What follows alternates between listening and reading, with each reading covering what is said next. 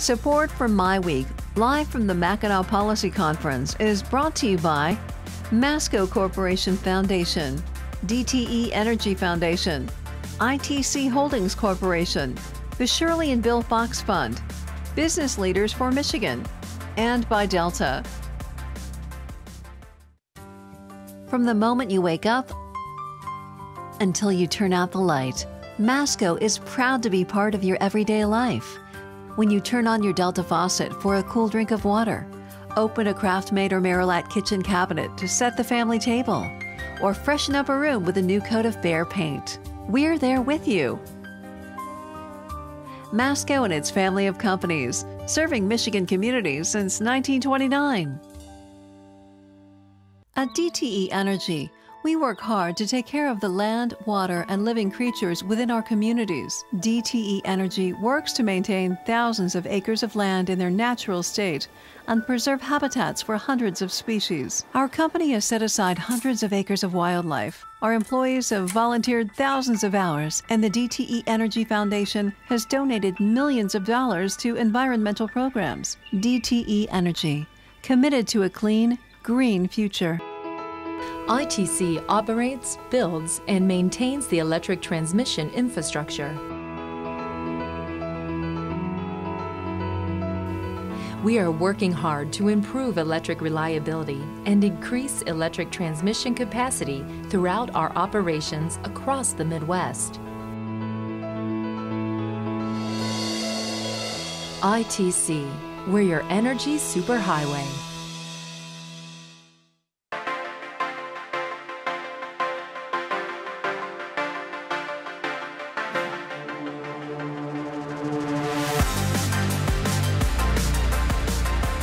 Good Friday morning to you. I'm Christy McDonald. It is the final day of the Mackinac Policy Conference, and we have a series of mini sessions for you. This morning's sessions are promising to be disruptive and interactive, featuring some good-natured banter between thought leaders with opposing viewpoints who will probably say really what's on their minds, and that's going to create some headlines for weeks to come. We'll get quick overviews of topics, including predicting the gubernatorial election. Our own Nolan Finley will take a look at the urban-rural divide. Then Stephen Henderson leads a panel on ballot issues, and many more topics will be covered in quick 15-minute discussions. So now let's head over to the other side of the parlor here at the Grand Hotel, where the president of Archer Corporate Services, Dennis Archer Jr., and the chief operating officer of the Detroit Regional Chamber, Tammy Carnrike, are kicking off the session. Morning View, Mackinac Uncensored. Good morning, and welcome Dennis. to Morning View, Mackinac Uncensored. We welcome all of you who are joining us here in the lobby. You must not have been at the Mustang or the Pink Pony last night. Either that or you had a Bloody Mary this morning. But this is our second year of wishing you a safe travel home, providing you with some coffee and some snacks as you hit the road and check out of the Grand Hotel.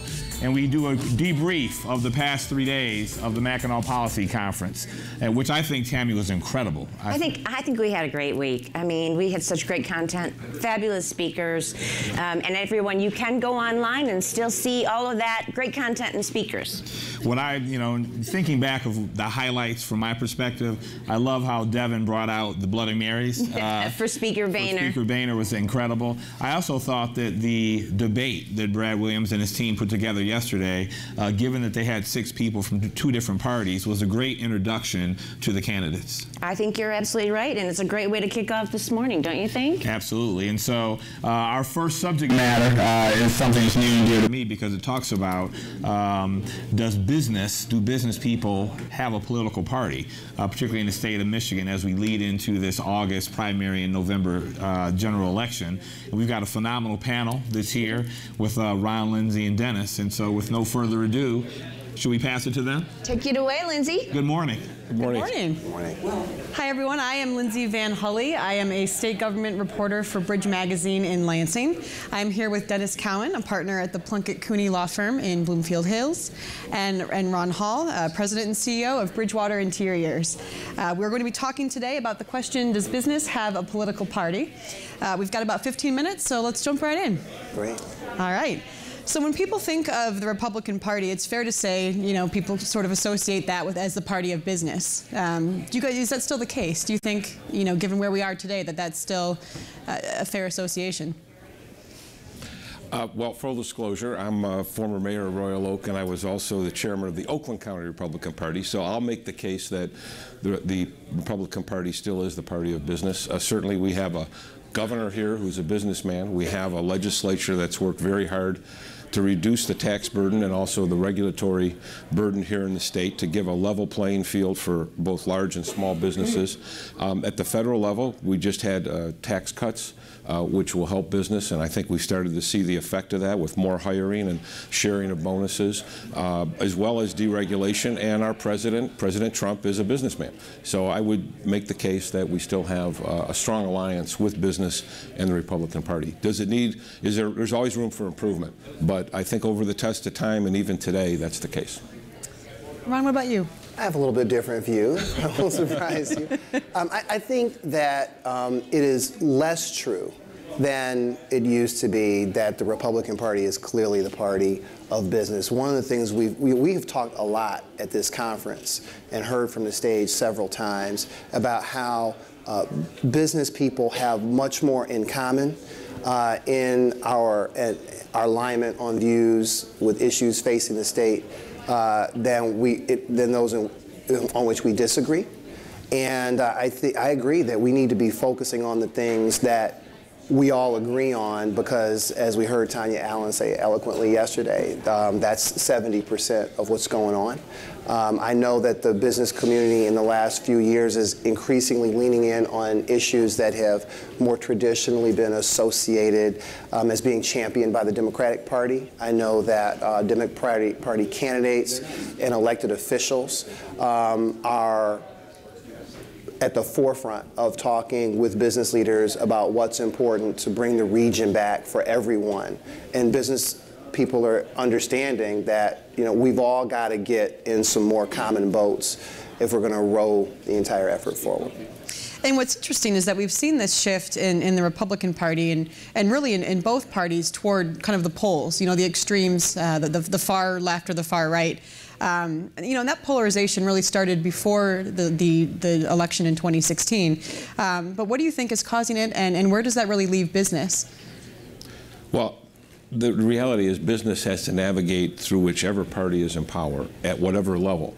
I work with businesses at the local, state, and federal level, and whether their leanings are Democrat or Republican doesn't matter. What we need to do is navigate through the system. And you find different variations. You may have a local town that's more Democratic leaning, and you have to make the case for your project or your business or whatever you're going to do. So I think business tends to have to navigate those waters even if things are polarized. What they try to do is find a common background or a common theme so that they can move their business forward in the community or in the state. Yeah, I mostly agree with that. I think that there's a huge opportunity for the business community to be a moderating influence on the extremes of debate, and I think that's a good thing. I think that moderation is a good thing as we seek consensus on the issues that have to be resolved to move the entire region forward. And this sense I get from business people is it feels increasingly lonely in the middle. And I think that's exactly why you see the business community stepping up more and more. I think that's, you know, highlighted by the agenda of this conference, to engage, because we recognize that, you know, again, we're all in this together, and we've all got to get to some consensus so that we can move forward. And just to add to what Ron had to say, look, at business leaders are problem solvers, and I think it's important that the businesses, and we've done it at this conference, tell the elected officials what we need, whether it's in regional transportation, education. We need to tell the elected leaders what we need and then have to really strongly advocate for it. Because at the end of the day, sometimes government takes a little bit longer to get there, but the reality is today, in the business world and in the economies, in the global economy, we don't have time to waste anymore. We have to get to it and get it done. Well, and it's often, you know, sort of seen that, you know, that there's that tension almost between how fast, the speed of business and the speed of government, that sometimes, business and technology move faster than government and policy can keep up. When we think about what business wants today, there's always kind of the standard argument, tax policy, regulatory policy.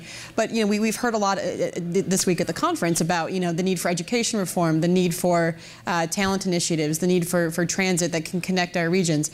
How has that kind of conversation evolved, certainly under the last 7 years of the governor's administration, but also looking forward into the future about the kinds of things that business is really going to need state policymakers to lead on?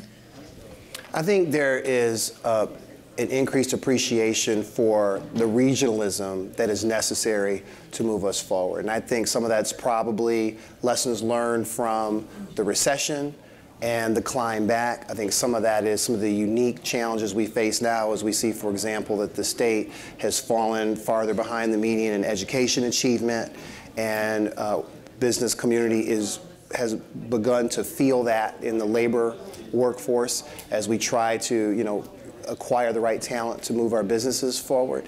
I just think that that's the name of the game. I just keep coming back to we've all got to get in the boat, work on the issues that we know exist together, and press. And I think, to your point, Dennis, that business leaders are good at that, solving those kinds of problems and helping elected leaders understand that, we understand that you have a lot going on that might not be directly on the business agenda, but indirectly it all matters, and you've got to be able to prioritize the core issues that are necessary to move the region forward. And a classic case is what we talked about at the conference this week, the whole mobility world. And that is coming fast and furious. And I'm pleased to see that in the Michigan legislature, they are working closely with business to have the correct legislation and laws that will facilitate, as well as appropriations and for the mobility center and things of that nature. So that's encouraging, but this is coming fast and furious, and our competitors around the world are not going to wait. So we have to really educate the legislature and those at the federal level, our Congress people, to understand what Michigan needs to remain very competitive in this mobility technology world that we're entering into. In your view, what is necessary right now to make Michigan competitive from a business standpoint? People like we talked earlier. The tax and regulatory side came up a lot, I think, but we've seen a lot of movement in that area over the last 8 years. And so, what's the top issue now? For you, what's the biggest priority? Well, for Ron has got a business, and I know he'll talk about this, but the #1 issue is workers. And talent. I deal a lot in the world of getting projects approved. I've got clients with 10 construction projects right now. Every one is behind schedule. There's not enough skilled trades. Whether it's in the factory or out in the construction trades, we need talented workers. So that is the #1, I think, issue for business right now. I agree with that, and I would also say, probably second would be consistency from local and state levels of government. One thing that businesses hate is unpredictability. I make business plans today for 3 and 5 and 8 years from now. I need to have a sense for what I can count on in terms of what infrastructure improvements are coming, what's going to be changing, if anything, with the tax and regulatory structure, and so on. And so I think that the more we have elected officials on the same page with business firms and job creators in terms of, again, what the priorities are. These are the things we're going to try to fund. These are the things that are going to have to wait. These are the tough choices we're going to make. Even if we don't have all of the details on some of that planning, I think that directionally, it's very comforting for the business community. You talk about wanting to attract investment, get more companies to come, being able to retain companies. That kind of tone is very important. And just to add, the infrastructure of the state. I hate to bring up the sore topic of roads, but we move our products. We're a product-driven state, and we move our products on the road and the raw materials, as well as the boats that go here through the under Mackinac Bridge. But so that is a really key issue, and we've got to get about solving that problem also for business.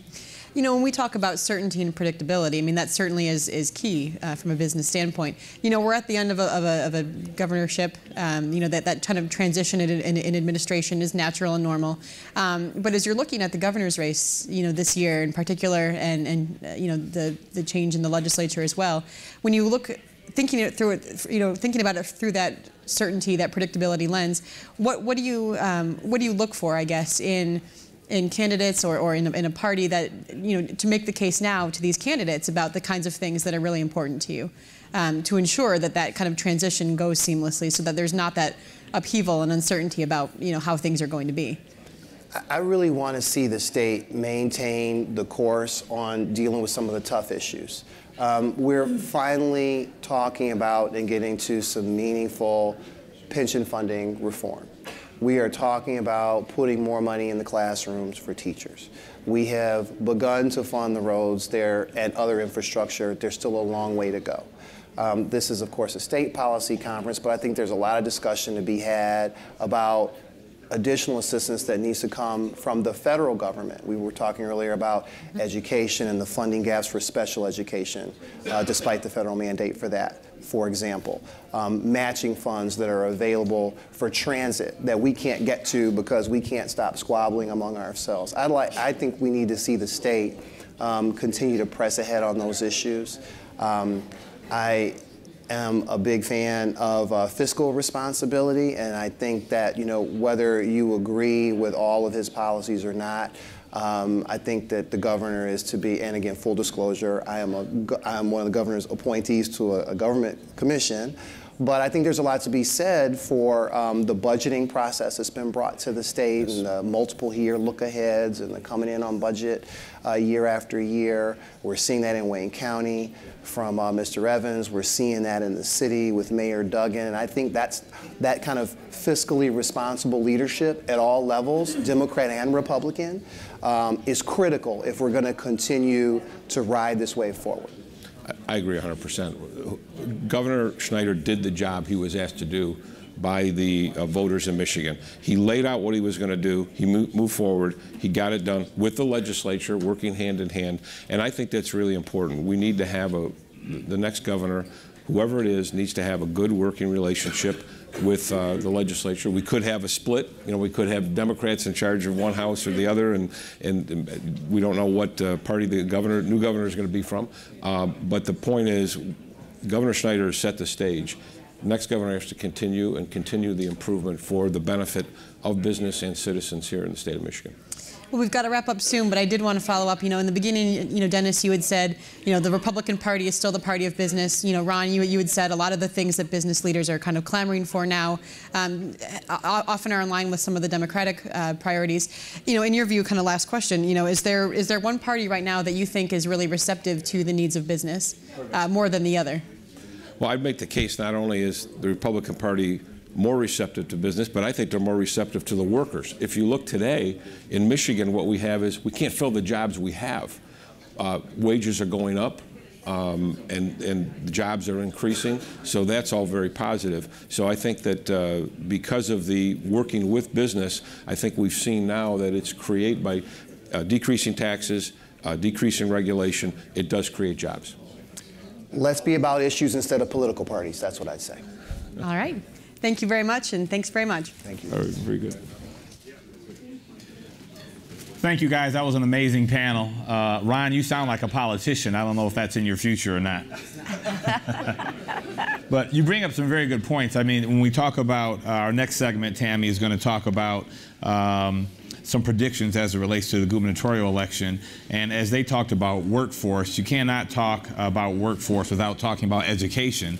And that was a lot of the topic in yesterday's gubernatorial debate. It was, and I hope everyone had a chance to tune in to see the debate. Certainly it gave a good opportunity for our next panel coming up to be able to talk a little further about predicting that race. I appreciated the comments, though, also about, from the previous panel about Governor Snyder. Governor Snyder has really laid a strong foundation. So we have that in place for whoever that next governor is. And he's been a great partner to the chamber. When I was talking to the governor yesterday, I was telling him how much we appreciate the fact that he comes and he stays, he participates for a couple days. And I think his presence has brought a lot of value to the conference. He certainly has. And so without further ado, let's talk a little bit about predicting the gubernatorial election. Rick, Sean, Bill, take it away. Okay, Sean Wilson, Truscott Rossman, thanks for joining us. Thank Bill you. Nowling, Lambert Edwards, both seasoned communications professionals with history in state politics. Bill and I actually go back a long ways from your time in the Michigan Senate. And you still had me on, so that's a good time. Someone else. I'm the man in the middle here. So the title of the session is Predicting the Gubernatorial Election. And considering what we've seen in 2016, you know, can we really predict a race, both the primary and the general, this far out? And let's start at the far end with Bill. Well, I think if you're looking for a prediction, I think you have to go back in the past and look at how the races, both in Michigan and nationally, set up in 2010. Obama had negatives that were in the 40s, and there was a net 900-seat swing in legislative races across the United States. It was a big year for Republicans.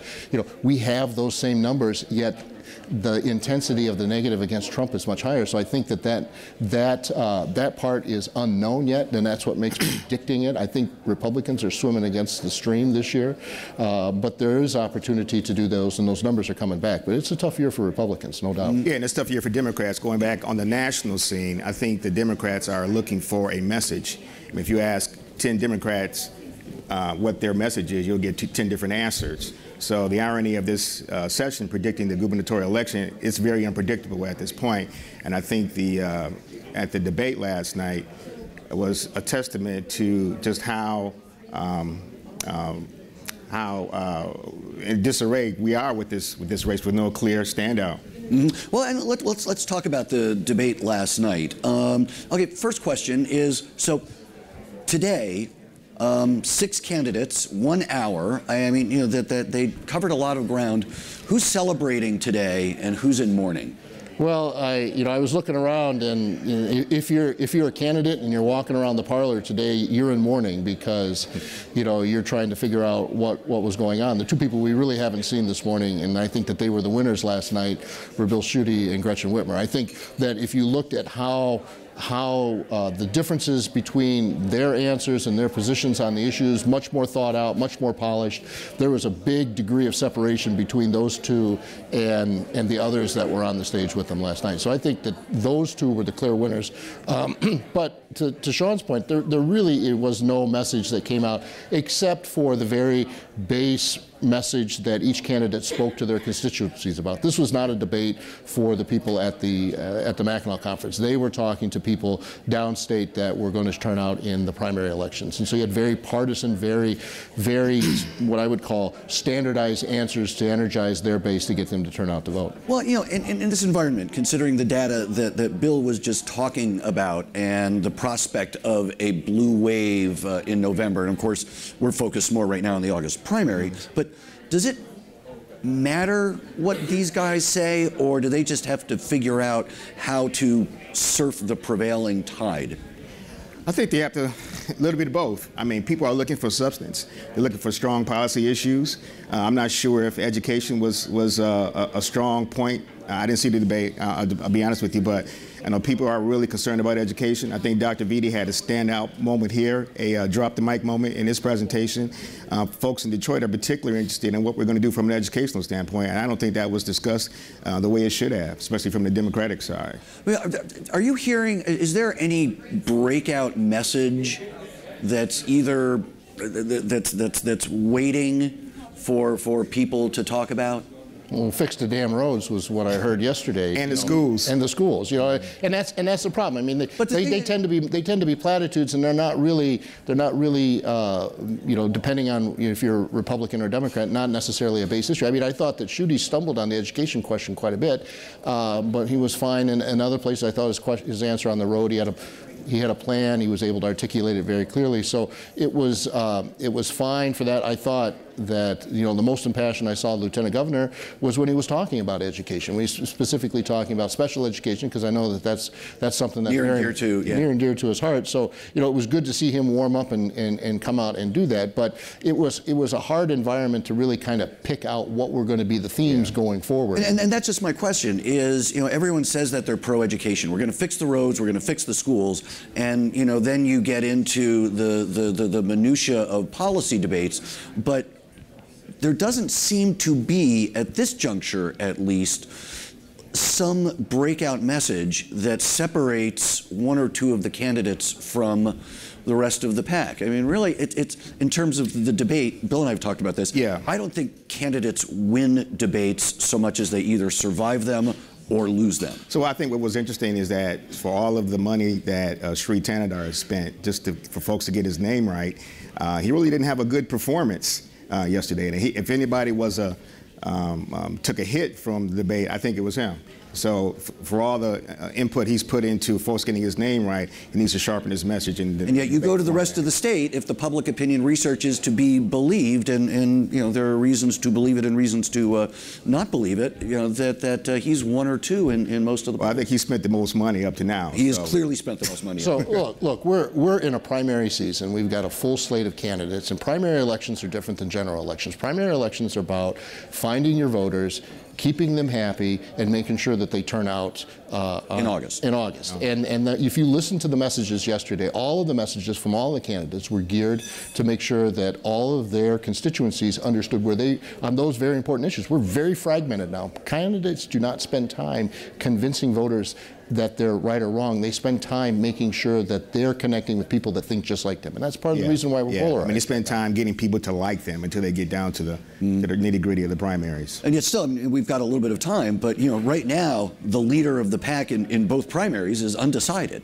Yes. You know. Yeah. So, but that's always the case. And, yes. you know, as people kind of spill off in those polls of saying I'm not going to vote, you know, you start to see how that shapes up. I'm not so much worried about polls at this point. You know, you look at the candidates that have the strongest machine. Good candidates win elections. You know, right. Bill Schuette, Gretchen Whitmer, they're good candidates. You know, as I said, it's like playing Alabama. These teams are going to be well coached. They're going to be fast, they're going to be tough, and they got to make a mistake for you to beat them. And I think that's where we're at right now. Well, one thing to think about is maybe this is the year where the running mate makes a difference. I know Gretchen has floated out potential candidates. It would be critical for her. Syed has also set up a process for. He set up a process, though, but maybe this is the year where the running mate really makes the difference on who that standout candidate is. Well, there can, but what would a running mate? How would a running mate be a game changer? Like, I'm thinking back to when Jim Blanchard was running to replace Bill Milliken, and he bought himself some gravitas by putting veteran Congresswoman Martha Griffiths on the ticket. That's the last time I can remember a running mate really being a game changer. Only three things happen when you name a running mate, and two of them are bad. So, you know, it's like your debate theory is that you survive it. You get somebody that's not going to weigh you down, is not going to do that in there. But it's really and it's not going to outshine you. Yeah, you don't want somebody to outshine you either. So there's a sleeping giant in Detroit, a regional Southeast Michigan, that hasn't been awoken probably since the Obama election. So that running mate, perhaps like a Garland Gilchrist, who was kind of trotted out early as a potential running mate, could be the person that connects her to the community and really gets people excited about her candidate. Well, looking ahead to November, if Democrats are going to win, Democrats are going to have to deal with their turnout problem. And that's exactly what you're talking about. Exactly. Getting these folks out, because as we know, Southeast Michigan can make a difference and be the deciding vote for the election. Yeah, John Boehner referenced it in his talk. He said that elections are decided by people who show up. Right. Absolutely. And pollsters don't necessarily do a good job of identifying the people who are going to show up. Well, because you don't know they're going to show up until they do. Exactly. Exactly. So, I want to circle back to the primary, though, because the general will be determined by turnout. The primary is the one where the general, you've got to identify your base and make sure that they turn out. Hopefully, you've healed the rifts that have occurred in the primary. But how do you break out when you've got so many candidates in both primaries? What should we be looking for next now that these people are about to leave the island? Well, I think you're going to see candidates continue to speak to those, core wing base issues, either on the right or the left, because it's really about identifying those voters. There's no time to go out and convince undecided voters. There are no really undecided voters in the primary. People are turning out to support somebody that they're activists within the party, they're connected, they're turning out to support their candidate. So I think you're going to see them continue to do that, and then maybe a code switch right after the primary and start to talk to a more general Michigan electorate audience. But some of the candidates are speaking more to a grassroots audience. I'm thinking in terms of Shri, Tanadar, El Sayed, and Gretchen, really striking a chord with some of the grassroots audience as well. Mm-hmm. Well, you can buy name ID. You can't buy organization, although you can buy part of, somewhat, by part of it. But you can't buy organization. Who's best organized right now? Oh, I think without a doubt it's Schuette, and on the Republican side, Schutte's more organized. He has more endorsements locked up. I mean, he's running. I like to say he's running a campaign from 1994, but it's a good campaign. It's a traditional Republican primary campaign that I think is strong. I think it's going to. And I'm undecided I haven't endorsed anybody in the election, but he's running the best campaign right now, the most organized, I think, on our side. Okay. What about in the entire field? Would you say he's more organized than Whitmer? To me, it just seems a little more organized than Whitmer. I'm not that familiar with Gretchen's campaign structure, but there's time for her to lock that in before the general campaign starts. Yeah, I would agree to some extent, though. But she is very organized. She just needs to be more stronger in the Detroit market. Mm-hmm. And how does she get stronger in the Detroit market? Well, it could go back to that running mate. It could go back to make some selective hires or campaign team, strengthening that campaign team in Detroit, though. But she has a pretty good team, just need to shore it up in Detroit. Would it be a good idea for her to start naming a cabinet? Probably not this early in the game. I mean, it would be a little nerdy, but it would also be a little bit bold. Yeah, I wouldn't do it this early, but probably closer to the primary, when we really try to get those voters out. It may be a good opportunity. Yeah, I mean, look, at this stage of the game, no matter if you're running for governor or state legislature, it's knock on doors, raise money, talk to voters. Yep. Get up the next day, do it again. And that's what they need to be doing right now. Okay, so generic, I'll start with you. Generic Republican candidate going into the primary, leaving the island. Bill, what's your advice for them now? Knock on doors, raise money, talk to voters, get up tomorrow and do it again. People and candidates that do that, I don't care what side of the aisle on, they win elections, and that can't be, and especially in times where the tides are tough for Republicans, they need to go out and knock on more doors to reconnect with the voters that elected them. Are candidates that are not on the air making a mistake? No. Okay. They need to be knocking on doors. Sean, just got a I would agree, but also focus on the issues that really matter to people. Education, fix the roads, the economy, focus on those key issues and getting those people out. And you think issues still matter? Absolutely. Okay, absolutely. In these wave elections. Absolutely. Sean Wilson, Bill Nowling, thank you so much. Thank you. Well, that was interesting, Dennis. I always like hearing the different perspectives from folks about what's important for the next election, and I like to really understand how people profile who that winning candidate's going to be. Right. It seems like, from everyone I've talked to, it seemed like that Mr. Schuette and Ms. Whitmer were the standouts, although I thought that everyone did a good job at confirming their position, and I think we got a good vision into how people are going to run their campaigns and what people's platforms are going to look like. Yeah, I would agree. And now we're going to continue on with some other interesting discussion, which is about forecasting our congressional races, which is interesting across our state, but I think especially back home in Detroit for that 13th 13th district with I don't know how many candidates are there. Yeah, two very interesting races that I hope the panel will talk about is obviously John Conyers' seat that's being vacated, but also with Mr. Trott stepping out of his seat. That's going to be a very contentious race as well. Yeah, it's going to be interesting. So I guess at this point, we're going to turn it over to you, Rick. Thanks, Tammy. Appreciate it very much. Good morning, everybody. Welcome to Zoe Clark and to Howard Edelson, Michigan Radio, political analyst, consultant, guru all around. Quickly, I want to say. That's the title now, Guru. Yeah, Guru, yeah. He's got shirts with that. I want to start quickly by saying a couple of things. One is there are some historical norms that we know about midterm elections. Yes. For party in power, the president is selected. That first midterm election can be pretty tough for congressional races, so Republicans have that. Yes. We also have a very unsettled electorate, and anybody who tells you they know with specificity what's going to happen in this election cycle is either a fool or a liar. So what we're going to do is give you as good a guess as we can, and we're going to go exactly to those races. I'm going to skip all the way past the 6th District. Quickly, 7th District, Tim Walberg has historically had quite a bit of pressure on that seat, but he has prevailed. What do we expect? Right, so it's always been that thing in that 7th about kind of money, right? And so as you're looking at the other congressional races, seeing where folks actually want to pool resources. And Walberg has always kind of been a little under the radar when it comes to that, but I think this is going to have to do with what kind of wave election, if there is a wave election, but we're not making predictions.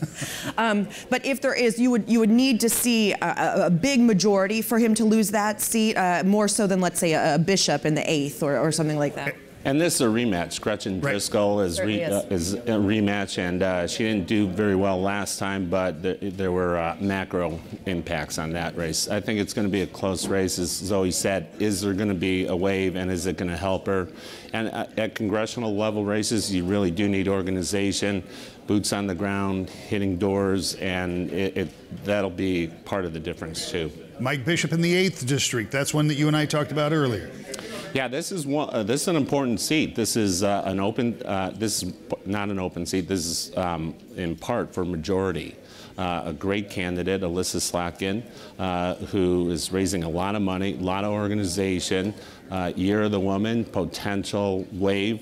I think this is a flippable seat, and Republicans are worried about this one. Those are two potentials if they develop, but Bishop has still got pretty good name ID and has an organization. He does, but watch this overall narrative of how Alyssa Slotkin is running as a Democrat. And we saw that with Connor Lamb in Pennsylvania, right? So sort of, I don't want to say establishment Democrats because she hasn't run or been in office, but sort of hawkish Democrats, right? And also whether or not she's talking about she would vote for Nancy Pelosi for Speaker. And that's been something too. Same with the Connor Lamb. Where are Democrats coming down with that? So that's that kind of bigger macro level. Yep, and Trump is going to be a factor. This is going to be a nationalized race. Yeah. You mentioned earlier, off-year elections, the party out of power tends to pick up seats. This is one of those seats. Trump will be a factor in this race. And in Oakland County, there's a changing suburban Democratic independent vote that's starting to trend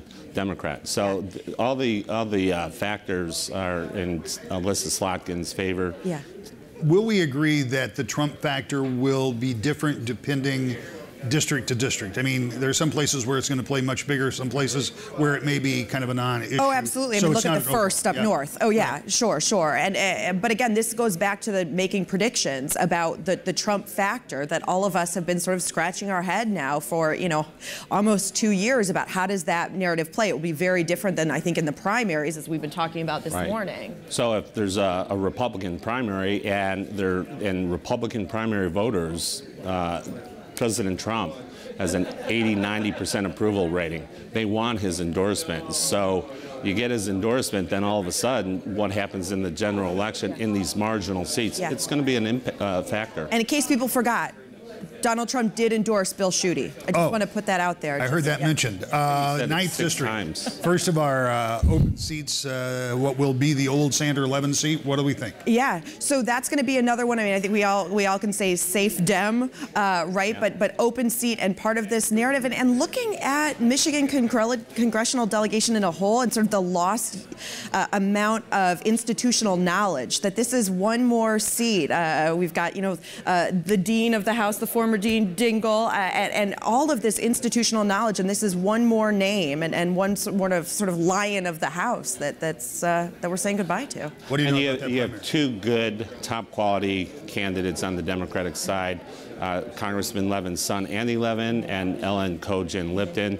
Both are very good candidates. They're raising money. They're working hard.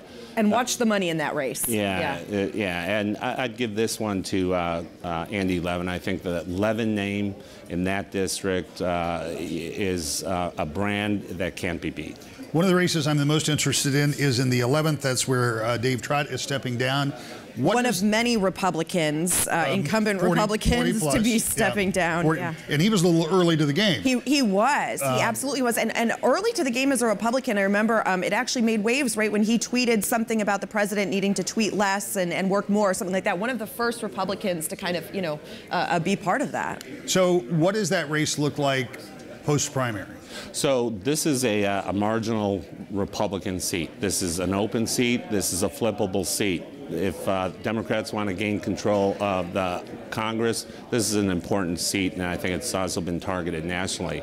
So you have three Republican candidates all working hard. One, Lena Epstein, who's outraised everybody, over $1 million+ I think she'll win the primary.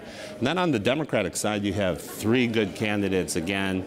You have Sunil Gupta, you have Haley Stevens, and then you have Tim Grimel. All bring strengths to the ticket. That's a toss-up on the Democratic side, and it'll be who has the money and who has boots on the ground turning their voters out. Absolutely, and that's another one that I would sort of say is within that sort of same region as the 8th, right? That if Democrats are going to take back the House, they would love, love, love that seat. But we'll see what actually happens. I want to come back to that if time permits, because I want to move on to the 13th, and that may be the one that's got more people running in it than I've seen in a primary in a long time, and some people who may not be running in it, depending on what the courts decide. Right. Howard, let me start with you. Where do we go with this 13th, again, safe Democratic seat?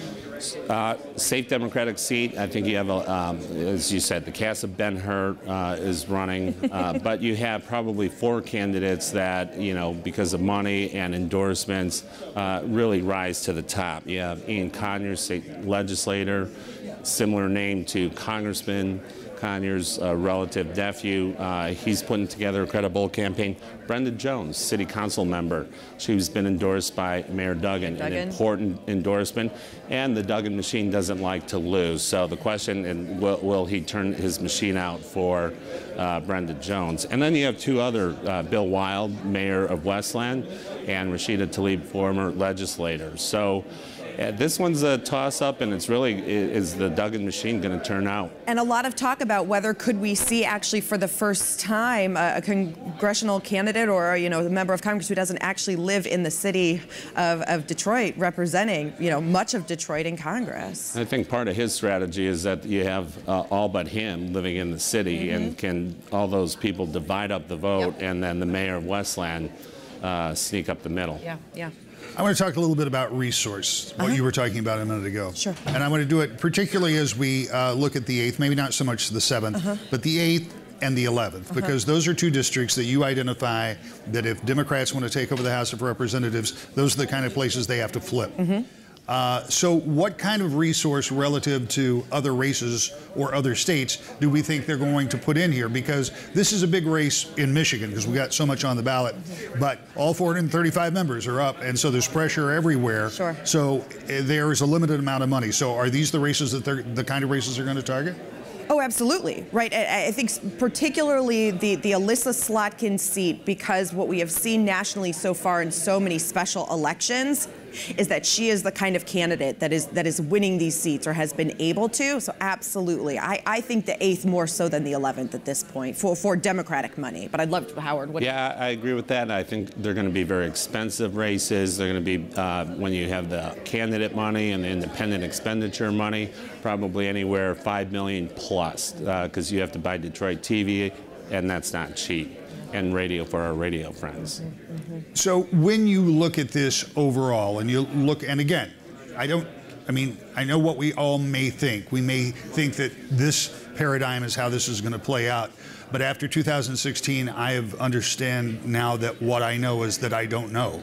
So when we look at what could happen, Give me an idea of what the makeup of Congress looks like in January. Yes, Howard, give us the makeup of Congress come January. And numbers, well, and too. have me back if you can call me a liar or a fool, right? I think at worst case, it's a narrow margin. Best case, the Democrats get majority. And there are other factors that are beyond all of our controls. That's why it's hard to make predictions. The economy, how is that working? Is this blue tide? Is it going to hit at the right time, or is it going to fade? What is Donald Trump going to do with trade wars? And, you know, is he going to manufacture a crisis to, you know, bring back his base? I mean, there's so many variables that are beyond our control. Hard to predict, but best case, they take control. Worst case, it's a narrower majority, which is good because then Democrats and Republicans are going to have to work together, because if you don't have a supermajority, you have to reach out across the aisle. Right, and in all of this, we haven't even yet talked about the Senate seat, Well, right? yeah. Well, I guess I just gave you the Ford promote of that. There we go. You did. No, but so what about that Senate seat? I mean, well, so we've got, you know, incumbent Debbie Stabenow, who's just proved over you know, the past decade and a half that she is the candidate who just keeps going. She's got a large war chest and has really been, has been unbeatable as a Senate candidate here in Michigan, and that is because she is a campaigner, right? And knows how to do this thing. And she's a good senator. She delivers for the state. She's on ag committee and important committees for the state. So she produces for the state. She does good constituent services. She's back there. She works hard. And that's why the Republicans have a hard time recruiting candidates. And so I think Debbie Stabenow is on her way to re-election. She's not going to take it for granted. She's working hard, raising a lot of money.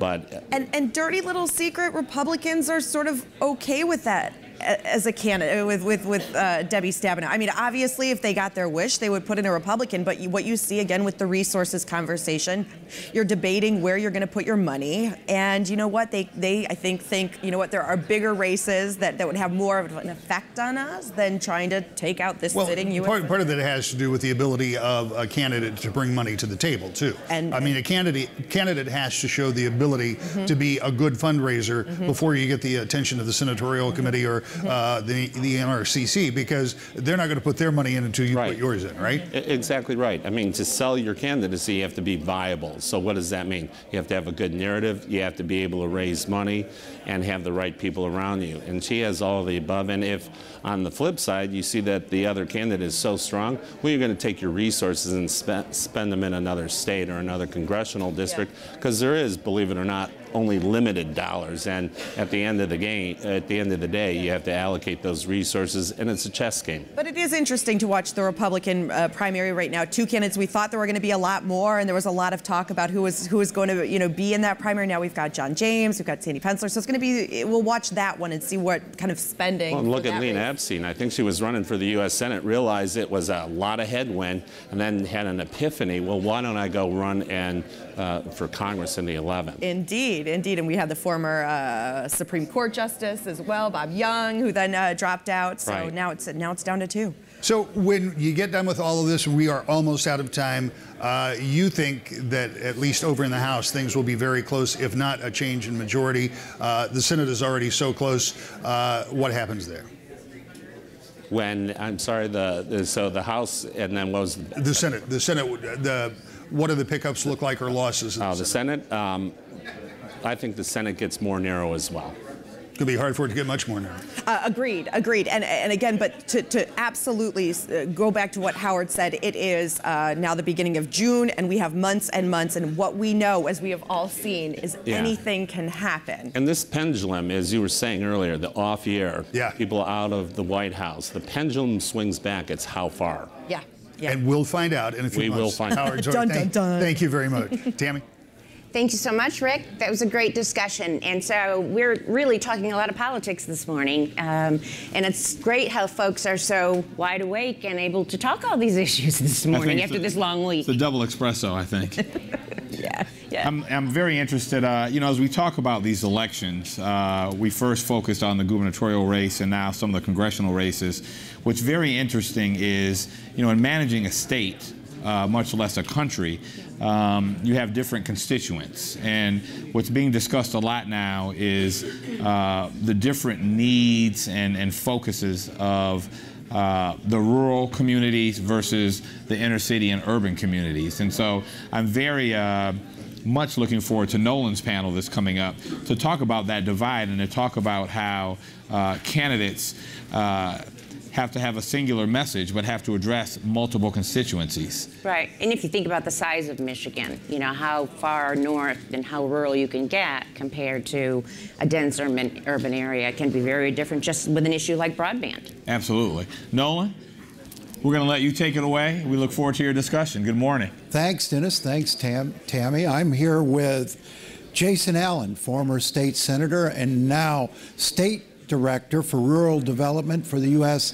Ag Department, and Nicole Wells-Stallworth, assistant VP of government relations and community relations at Oakland University. Before we get started, Jason, I just got to ask, where could a man get a suit like that? Well, this is made in Cleveland, Tennessee, in a rural part of Tennessee, a small manufacturer that we sell at our family's business. Okay, well, you certainly look sharp. You both look sharp. Thank you, this sir. morning. You're embarrassing me to death in my jeans and golf shirt. It got a little drunk out last night on Mackinac Island, so I'm doing the best I can. I might try a bow tie.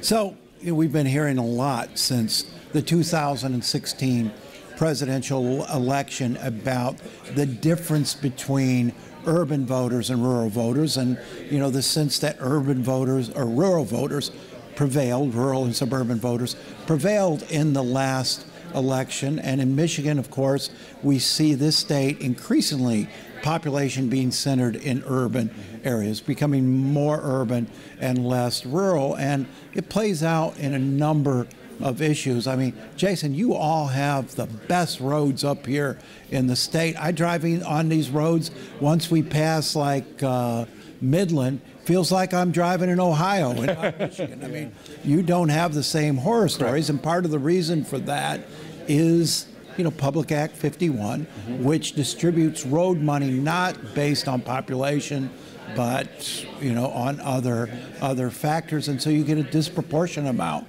of the road money up here. That's one issue. Is it time, given the urbanization of our population, for us to start looking at those kind of formulas and favoring the places where more people live? Well, I think that is one of the mix in rural America. And sort of in our role, certainly infrastructure has been one of the sort of preeminent areas. And so we have been focusing a lot on sort of how do we work on better partnerships with our local units of government to help assist in these types of decisions that are being made on a local level. Because of our rural nature, we have the ability to support road commissions and municipalities to build that sort of infrastructure that is necessary for attraction of tourism, agricultural development, which is part of the reason why this area has been so successful is the agriculture nature of it and the growth that's been going on, which is dependent on good infrastructure. Nicole, is all of that coming at the expense of urban residents who are providing the bulk of the funding and the bulk of the tax dollars? I don't think so. The state of Michigan is, most of us realize that the state of Michigan is primarily rural. We have some urban. In terms of its geography. In terms of the geography, that's right. And so I think that it's important to make certain that as we begin to think about how we create an infrastructure process to support the people of the state of Michigan, that we consider that we need to be supportive of our entire state such that it can be successful. The good thing that Jason mentioned is that we talk about agriculture. We are dependent on some of the agricultural areas that support our urban areas, and so I don't think that it's at the expense of our urban areas. I think it's really important to kind of be more cognizant in terms of those levels of decision making and working together to support the entire state. Jason, do you think that our political class in this state, in this nation, hears the voices of rural voters and rural residents? Well, I think the thing that's been most interesting has been sort of what the template has been laid out in the Department of Agriculture. There was a report given to the Michigan Farm Bureau and the National Farm Bureau in January, which has laid out some very specific objectives that we have to address over these next 3 years. Item number 1 is rural connectivity, which is the aspect of broadband and what is necessary to help with precision farming, because if you're going to be competitive in agriculture, you're going to have to be able to be better utilization of your input costs. Number 2 is attraction of talent into rural America. Number 3 is same problem in that urban area. Right, and then the next big area is sort of what are we going to be doing on sort of the health care, what are we going to be doing to support that, and then the final area is entrepreneurship. Nicole, you think about the leadership in this state and the potential leadership in the state, very heavily weighted to outstate Michigan. I think all of our legislative leadership is now from outstate, and you look at the gubernatorial candidates, most if not all of them live outside of the Detroit metro area, at least the Tri-County metro area. Does that shortchange the voters in that urban area? I don't know. I don't believe it shortchanges anyone. One of the things that's important, I think, to be able to recognize, in particular when we talk about leadership within the state, is to be able to have that perspective. Many of us realize that the issues that many people who live in rural communities have are very similar to urban communities. However, juxtaposedly, it's important to really understand the issues that Detroiters have, which are very much different than the rest of the state of Michigan. So I wouldn't say that it shortchanges anything. I would also say it's an opportunity to become more engaged and aware and to really recognize where the similarities lie and to be able to find middle ground as we begin to address some of these issues. So where do the similarities lie? Where do the differences lie between the two groups of? Well, I think one area, if I may, is the whole issue of poverty. And so the Wall Street Journal did a very good job, if you haven't had an opportunity to review that last fall, on rural poverty issues. And they are very significant and often as challenging as they are in urban areas. And then the actual urban versus rural economic mobility often is a real challenge for students to be able to find employment in their communities. And I think those are very similar to what we're having in urban communities. So we had this whole entire discussion around mobility this time around, and things that we don't often think about is the time it takes for a kindergartner to be able to make it to school in a rural community. Sure. And many of those children, 5-year-olds, are on a bus for an hour just to be able to get to school in the morning. We have similar issues in Detroit, just being able to get transportation, be able to have access to transportation, to be able to get to some of the suburban communities where, for example, where Oakland University is. That's a really good example. It's a 30-minute commute. There's not really a transportation infrastructure in place for people to be able to access the campus. So we talk about those kinds of things. Again, poverty issues, access to quality education, access to health care. So those are some of the kinds of things that I think we can all rally around and be able to develop a policy agenda that speaks to almost everyone. Jason, do you worry that the rural communities, particularly the more remote rural communities in our state, are going to be shut out of this mobility revolution, that you have so many off-the-track roads, if you will, off-the-map roads, that mobility is not going to work, and the autonomous future is not going to work as well in rural America, rural Michigan, as it will in urban Michigan? Well, some of the things that we've seen in the actual agricultural area and what they're doing in the ability to operate farm vehicles in very challenging climate and environment has been remarkable. And certainly there are going to be, if you're going to be heading out into rural parts of the Upper Peninsula, rural parts of Michigan, challenges. But as we expand the broadband network and the fiber and where we're headed, hopefully that will catch up. The millions of dollars that are available for infrastructure in the fiber space or the broadband space is coming to us through rural utilities, through specific areas in agriculture, and hopefully that will help support these types. So, there is a technology divide. Just as there is a technology divide within urban areas between, on the basis of economics, there's a technology divide on the basis of geography in our state. So to give you an example of somebody that's really used rural utility dollars is Midwest Electric and Communications down in Cassopolis, and they have put in a gigabyte to every household, and they've used our federal dollars to support that. And then you get into other communities which have not had the vision to access these types of tools, and it's been very challenging to get capacity. So we hear a lot about, we've talked a lot this week about the shortage of workers, and that's particularly acute of skilled workers, particularly acute in the urban areas, in Metro Detroit, where every company is looking for workers of every skill level.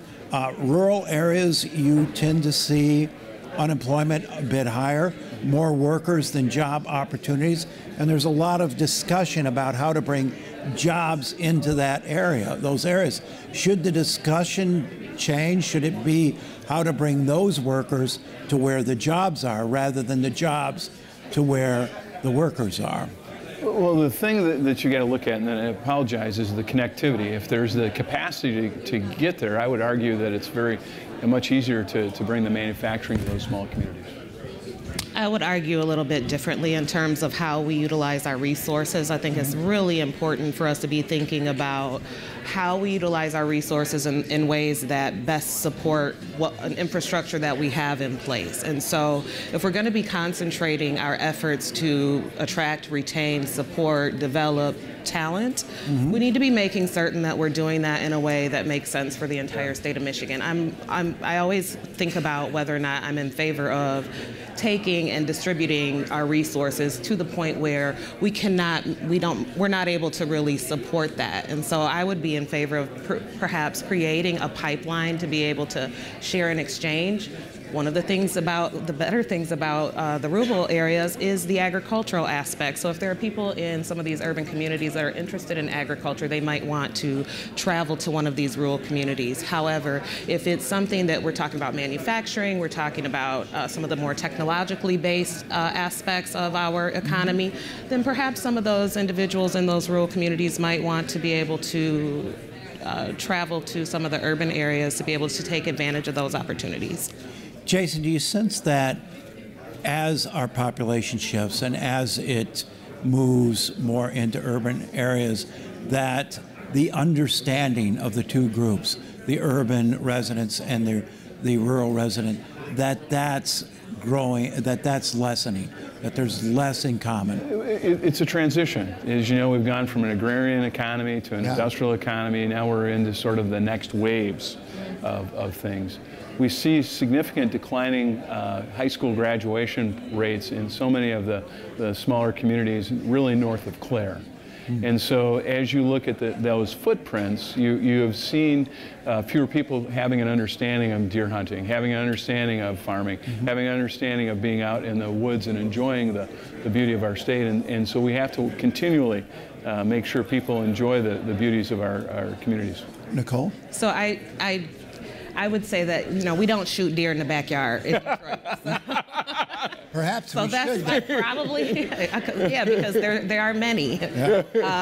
But so just in terms of the cultural differences, it's great to be able to have that type of a difference, but there's a big difference in terms of understanding the culture.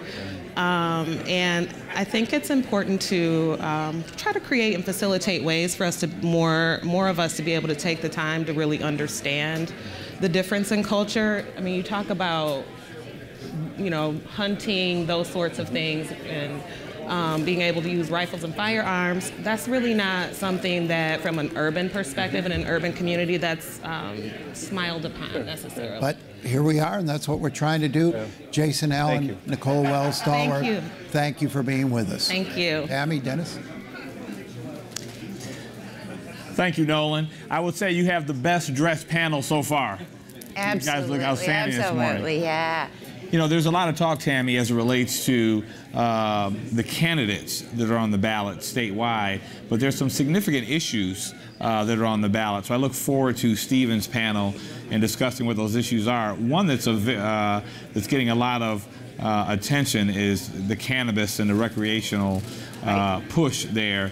And it's become, I think, very political, because there are those that say that the Republican Party is moving fast and swiftly trying to get that done legislatively, so it doesn't have to be on the ballot, because they feel like if recreational marijuana is on the ballot, that's going to bring out a lot of Democratic voters. Yeah, it's certainly an issue that many states are dealing with right now in the nation, and whether they proceed or not. And there's some states who have proceeded and economically are really benefiting from it. So I think that'll probably be one of the best issue discussions up here right now. Stephen, we look forward to your discussion this morning. Good morning, Dennis. Good morning. And Tammy. Good morning, Take it away. Stephen. I will. With me to talk about the many ballot proposals that we might see in November is Shelley Weisberg of the ACLU and John Pirich of the Honigman firm. Welcome. Good morning. Good morning. Yeah. Good morning. So I want to start here. I want to talk about ballot initiatives sort of generally, and why I'm not a fan of ballot initiatives. There's two reasons I think that they're problematic. One is that they often deal with pretty complicated legislative imperatives, and they rob us of the ability to sort of shape those legislative ideas, right? I want to do this, but I only get to say yes or no to it. I don't get to say, yeah, I like that, but maybe we could change this, or maybe we could think of it in a different way. And so I think that the potential to make bad law is really high with ballot proposals. The other reason I don't really care for them is that you have to buy your way onto the ballot in the state of Michigan. I mean, the way the rules are set up, you really do have to pay to get signatures, and we do have a ballot initiative this year that's an exception to that, but it's sort of an exception that sort of proves the rule. So I want to get both of you to talk just a little about ballot initiatives and whether we're doing that right in the state of Michigan. Well, I don't disagree with you fundamentally, except that in my experience as a lobbyist for the last 17 years, what I can say about why ballot initiatives seem more important now is because we've had this very kind of volatile legislature, and they change the rules depending on who's in power. So for the purposes of our ballot initiative, which is promote the vote, to put common sense voting rights into the Constitution, we're doing so because the legislature has simply failed to modernize our voting system. Right. And so the Promote the Vote ballot initiative is a constitutional amendment that sets standards which the legislature or the Secretary of State will have to then shape the policies around. So to that extent, there is, there's going to be some public oversight into what that looks like. But I think we're in an era where, because of the division of the parties and the, we versus them attitude, that we can't depend on the legislature to make the rules that are necessary. So it's direct democracy has become the default. Yeah. John?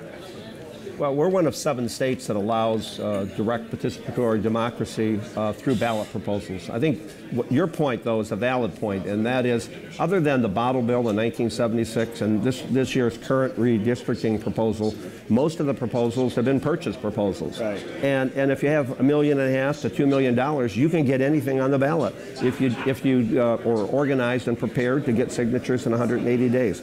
I think it's a valid criticism to say it had a fundamental reason for being in our Constitution initially. From back to 1908 we've had it. Right. But since the 61-62 convention, a lot has changed. And one of the big changes, as you point out, is paid circulators. That just changed everything.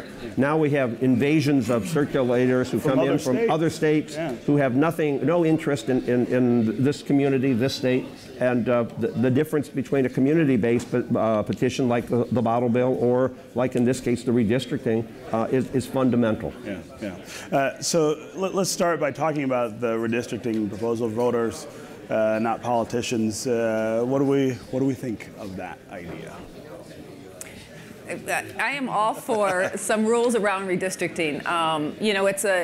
They did an amazing job going out and getting support for it. It's a complicated proposal. Mm-hmm. And we certainly hope that at one point we can address this issue of gerrymandering in a way that's fair to everybody. Yeah. I'm supportive of the concept. and I don't have any predictions on whether it will pass. But I think the problem with it is so complicated, yes. And whether it passes constitutional muster before it even gets to the ballot is the first question. Yes. Even then, if it does and it gets on the ballot, there will be further constitutional challenges, and it really changes the dynamic of this whole process. Yeah. We just don't know, unfortunately. Right. And with that proposal in particular, my first concern about ballot proposals is this idea of up or down. You're changing the way that we choose our representatives in the state, and you're setting up an entire system through that ballot proposal without the give and take that I think would probably produce a better system on the back end. But to your point, and to Shelley's point also, one of the problems going back to the bottle bill was the legislature repeatedly wouldn't bring up that issue. Wouldn't do it. So in that case, I think it served a very productive goal. But with some of the other ones that are on the ballot this year, or are going to try to be on the ballot this year or other years, it really isn't the same situation. It's people who go around the legislative process to say, I can buy this, I can put it on. And the energy issue is a good example. Yeah. California person comes in, spends a lot of money. The 30 by 30 ballot exactly. that failed to get. Well, there's going around the ballot, there's going around the legislature, and there's finally doing what the legislature should have been doing in the first place. So it's really holding the legislature to account for what they've just failed to do. I mean, the issues that are up for the ballot, paid sick leave, voting rights, gerrymandering, we've been asking the legislature to take care of those issues for the past decade or so, and they haven't. So this is where we are, right? Do you want to talk more about Promote the Vote, which is... Sure. Promote the Vote is a really common sense set of policies. That it's a constitutional amendment, because we all care about the integrity and security of our voting system. And Michigan has not updated, modernized voting in over a decade. We're one of the few states that hasn't. So this this ensures no reason absentee voting. It ensures that military and overseas voters get their ballot in time so that their vote counts. It ensures that you can register to vote with ID up until the day of the election. It ensures that you can vote a secret ballot, because we saw what happened when Chris Kobach tried to get information out of our Secretary of State on Michigan voters. And it puts in a requirement that elections should be audited. There should be oversight, so we can make sure that everyone's vote count in a fair way. Yeah. So it's very common sense. It's got a lot of support. We are using a paid firm as well as volunteer signatures. So who could be against those things? I don't think anybody. I don't think we haven't seen a ton of opposition, to tell you the truth, because it is pretty. But to be fair, there are people who can be against it, and there are people who are very much against it. Yeah. And whether or not you find gerrymandering to be some despicable, dastardly process, the reality is it's been part of our political history. Yeah. And we've had litigation about gerrymandering going on now for over 150 years. Yeah. It's not a new subject. Yeah. And I think to your earlier point, as complicated as these kinds of proposals can be, the voters are left with a simple up or down. Yeah. And you know what the campaign will be? If we have 6 proposals on the ballot this year, the most simple campaign message is going to be vote no on everything. Right. And that will resonate with a lot of the voters. It really will, because they don't understand. Because they don't understand what, exactly. What's at stake. But voters are smart, and especially now, I think voters are very aware about what's going on and how our democracy is not working very well. And I think we've seen voters really become much more in tune to this type of direct democracy. Yeah. So I think a no campaign, it could certainly be successful. It's also unfortunately cynical, and I think we should give Michigan voters some credit for using their brains when they go to the ballot box. But it's also expensive to make sure that they do understand what the proposals are, and there again, that introduces that dynamic where really well-funded ballot initiatives have a lot better. It's an investment. That's a lot better. And another point, you can say voters are smart or voters get issues, but the problem is, let's take this upcoming election. There's going to be a 25% drop-off from the top of the ticket to ballot issues. So that automatically says 25% of the people who went out to vote for the top of the ticket aren't going to do anything. They're not even looking at it. And we have the same problem with nonpartisan races, especially judgeships. I mean, people don't know who they're voting for. Yeah. Let's talk about the marijuana legalization proposal that I think we're likely to see. What do you think? Well, we were the drafters of the petition, and as you know, it was certified, and let's see, Tuesday will be the 40th day deadline. Right. So unless the legislature adopts it, which I have no idea whether they will or won't, it will be on the ballot, definitely. Yeah, and what do you think about that idea of the legislature trying to sort of go around the people? That's the opposite of what you were talking about. I think they'll never. I can't in my wildest dreams imagine they could get it together enough to to pass something. I really don't. There's so much controversy within the legislature. But that's where deal making comes in. I think they called that log rolling in the old days. If there was a way to put a deal together, I'm sure certain people would like to do that. Yeah. But the reality is, once certified and after the 40 session days pass, it's on the ballot. On the ballot. And I wanted to show you one quick thing. These are the ballot issues that were the petitions for this particular cycle. It's a tremendous amount of material information that's put out there on the street. And then when people are approached by a circulator, sign this petition. It's for making roads better, or it's making schools better, or helping children. No one knows what are in most of these proposals. I disagree. I think people are engaged. I mean, I think people are much more engaged than I think you're giving them credit for, honestly. So even with the circulators coming around and saying, "Here, sign this," you think people really understand what those are? I've seen some of the circulators. They seem to know what they're talking about. People seem to want to engage in the process in that way. So yeah. Most of the circulators I talk to don't have the faintest idea what the proposal's about. Right. They truly don't. John, what other ballot issues do you think we're likely to see in November? Well, you already mentioned the two, the earned sick leave and the minimum wage proposals. They were just turned in last week, so we don't know yet what the situation with that is. There are two or three that obviously didn't make it. The Line 5 petition didn't make it. The part-time legislature didn't make it. The energy proposal, a compromise was worked out between the parties so that it was not on the ballot. And redistricting, we don't know because of litigation. And the last one is, of course, the promote to vote one.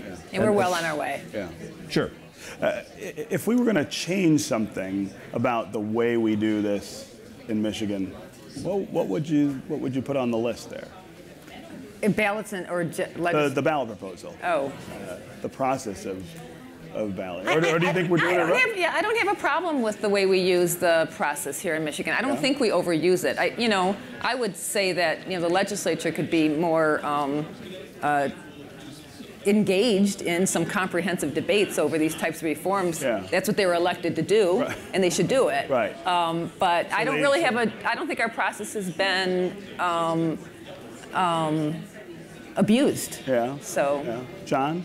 It depends what cycle you're looking at. There are certain times I think the paid process really doesn't do us well as a state. There are other times I think that the population will, like for instance on marijuana right now, I think there's no doubt there's a groundswell of support for recreational as well as medical marijuana. That's how we got medical marijuana in this state, was through the ballot.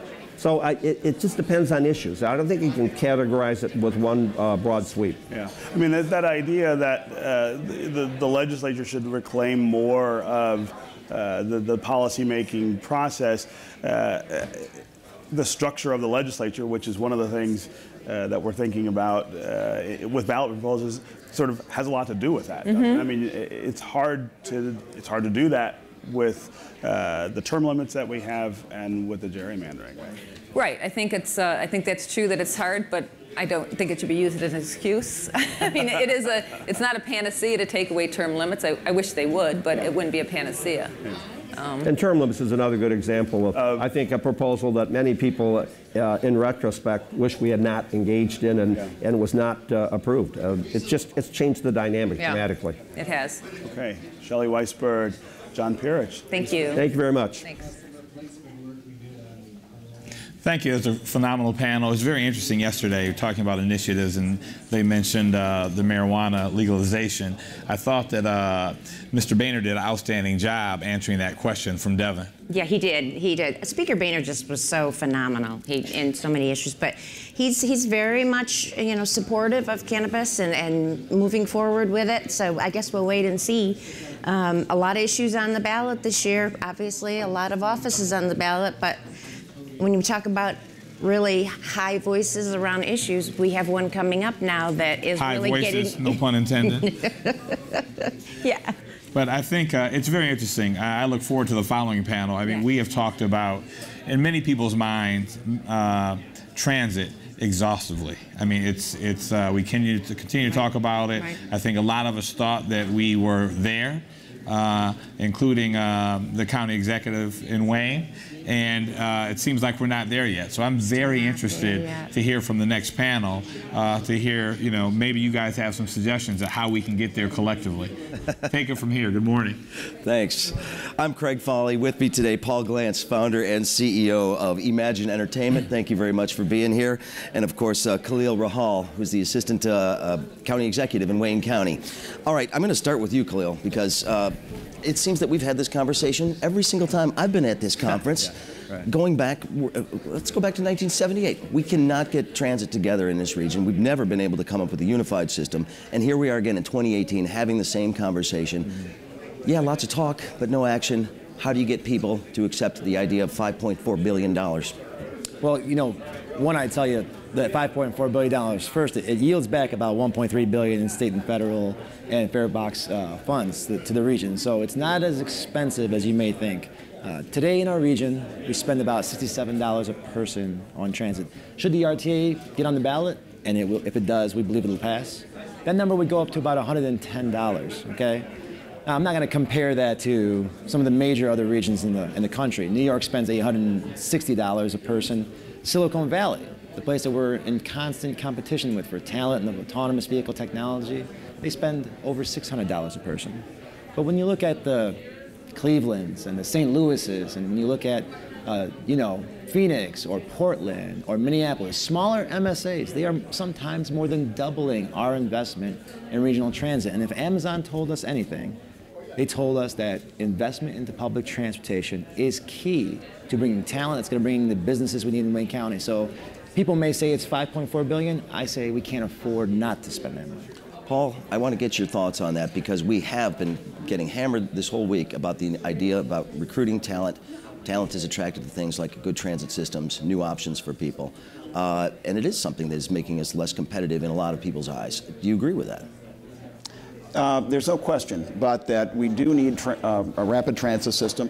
And before we go out, I want to laud Khalil and County Executive Warren Evans for taking the initiative of driving this process forward, because I think that's very laudable. My opposition largely revolves around the thought that we're using 18th century technology to address a 21st century challenge. And here's what I would say, that if we aspire to be the leader in mobility throughout the United States and perhaps the world, which I think is a worthy goal for us, then I think we should be focused not on buses, but we should be focused on promoting autonomous vehicles as the means by which we achieve our goals. Autonomous vehicles, though, are not with us quite yet. There's a lot of testing going on. We're doing a lot of research in that area, but we're not there yet. What's wrong with the stopgap system? In the meantime, increasing the buses until we actually get something that is going to be able to utilize emerging technology. Well, I had the pleasure of listening to the presentation that Mr. Butler did the other day, and my impression is we're closer than we realize. And moreover, you know, it's already being tested in places like Phoenix and Pittsburgh. And by the way, why is it Phoenix and Pittsburgh? It should be Detroit. This is the hub of mobility. We should be the beta test site for mobility using 21st century cutting-edge technology. Oh, well, Craig, look at the 220 businesses that came out. Look at the 23 CEOs. You've got Ford and GM, the leaders in autonomous vehicle technology, saying we need public transit now. You know, when I had this conversation with Mark Royce and the other CEOs, you know, they asked us, what is the lifetime of a bus? I'm a proud member of the Smart Board. The lifetime of buses can be anywhere from 8 to 12 years. We're not going to see the autonomous vehicle technology that we want to see penetrate the market anywhere near that time. But in the meantime, I guarantee you this, we will continue to lose out on the Amazons, Foxcons, U.S. Armies, and everybody else that thought Detroit was on this major comeback. that they wanted to at least explore this option to see if we were ready to make it all the way back. And again, I feel like we just can't afford to just wait until, whatever the Jetsons may bring us in the future, right? One of the things that we've been hearing a lot in terms of the opposition to this, Paul, though, is this notion that, look, this is something I'm never going to use. I don't utilize public transit. I've got my car. I shouldn't have to pay for this. Well, here's what I would tell you, Craig. I am absolutely not opposed to helping the disabled, the elderly, and subsidize them, as well as those who are low-income workers. I think a subsidy and a cost structure that's designed to help those folks afford transportation makes perfect sense. But when we put in place a cost structure and agree to overlay another government entity on top of existing government bureaucracies in order to essentially facilitate a lifestyle among millennials who don't want to buy cars, I don't see that as an appropriate use of taxpayer dollars. Why not? Well, because honestly, it is not much more than a redistribution of wealth. I mean, I can tell you in my case, I've run the numbers. It's going to cost us $315,000 per year in additional property taxes on our theaters in order to subsidize what I could really pay, $100,000 a year if you told me I need my workers to get to, be able to get to Imagine. Well, your theaters are in opt-out communities, a lot of them. Yeah. Novi, Canton, both opt-out communities. Your employees do need to get to work. And by the way, it would be helpful if they could actually get there on a bus and not have to walk the last 3 miles. Well, we don't have a challenge right now in recruiting high school students. Folks, their parents will drop them off, and and so throwing money at something that, in my opinion, doesn't create value commensurate with the cost is not a good plan. So for every dollar you put into public transportation, you get $4 back into the economy, right? The notion that you brought up, we hear people say it a lot. I'm not going to ride the bus, so I don't want to pay for it. Well, my boss always says that if he never rode a bus, he would still pay for public transit the same way seniors pay for elementary school, the same way we all pay for community college, because the benefit will come back to us. Buses take cars off the road. That means that there's less accidents, that there's less death, that there's less resource on police, fire, EMS, that there's less congestion, that there's more increase in productivity or lower emissions. That means there's access to education, medication, workforce development training, and a whole lot of other things. For every dollar you put into public transit, you get $4 back into the economy, and that ends up resulting in more Imagine theaters. I do want to talk about the competitiveness aspect of this whole thing, because a lot of people, Amazon basically flat out told us the lack of a cohesive transit system and the lack of regional cooperation was something that they were not appreciating about Detroit's bid. I think a lot of people were shocked we didn't make the top 25, but that was a pretty significant smackdown that we received right there. How do we address that? Because this is something they're looking at. Well, let's cope with the reality of Amazon. We didn't come up with enough crony capitalism to make them happy. That's really what it boils down to. And they'll make every excuse in the world. We just didn't throw enough money at them. And by the way, I don't have the government throwing money at me to build more theaters. So why are we throwing money at Amazon to bring these jobs? If I could, but so basically, you're saying that it's a red herring. Reason they gave us was not real. It's a red herring. Okay. So the reason why I take some exception to that, because I've heard other people say this. I'm the one that got the call from Amazon to tell us that we were not going to make the list. And that's because we had, at the county, worked really hard in attracting Amazon in Livonia, really hard in attracting Amazon in Romulus. Both those projects were very, very successful, okay? And what became very clear throughout the process is, incentives are something that people take into account. There's no doubt about it. But it is not the decision-making hierarchy at Amazon to say, because they gave us the most incentives, we're going to go there. What they clearly told me, and then I got 15 other people on the phone. Sandy Baru was on the phone, people from the state, people from Canada, the mayor's office, people that work for Dan Gilbert. They said, listen, talent is an issue, but there is no place in America that can backfill our order of 50,000 people making $100,000 a year. The question really is, do you have the amenities in life that's going to bring people from Chicago, Cleveland, Toronto, Grand Rapids, and bring them here? 25 to 30-year-olds, as he said earlier, they're just putting their keys down. They want to be on their devices to and from work. They want to watch movies. And so to be able to attract that kind of talent, okay, you need a really integrated public transportation system. Well, I would respectfully submit that they're just flat wrong. The quality of life in Michigan, in my opinion, is second to none. I've lived here all my life. I'm a great example of someone who stayed in Michigan, opened his business in Michigan, grew his entrepreneurial business here.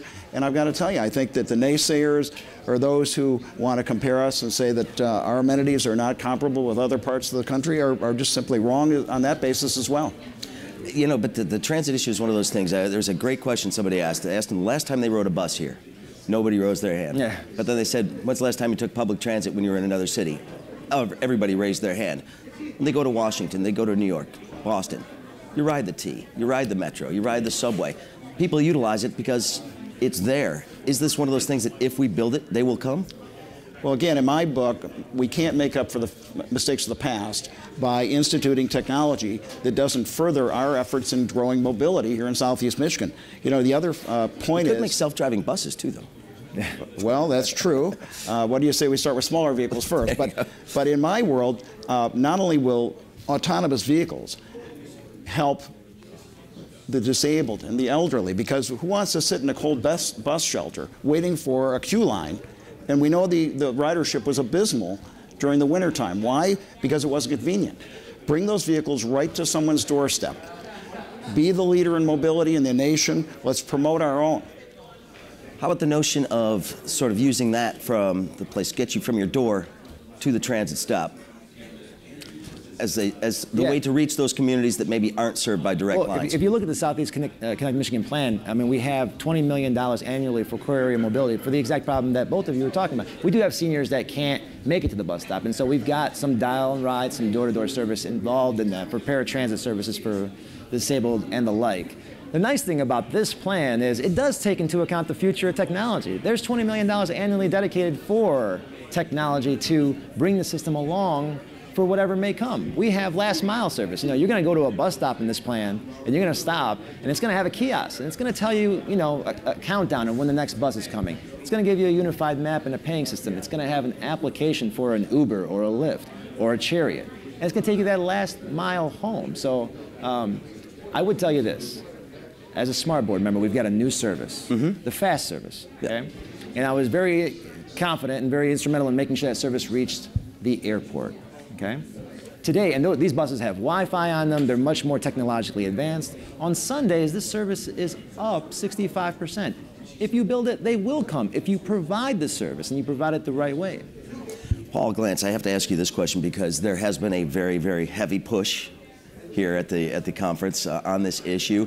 Are you convinced in any way? Have you been moved by the 220 businesses that came out suggesting that they want to see a unified regional transit system and see this on the ballot? Well, you know, I was asked to join as well, and I can tell you I've respectfully declined. And I'm a big believer that everyone is entitled to their opinion. I certainly don't take exception with those who believe that the plan as proposed is the right one. I live in a world where we don't do a bad deal just to do a deal. And again, we go back to the cost issue.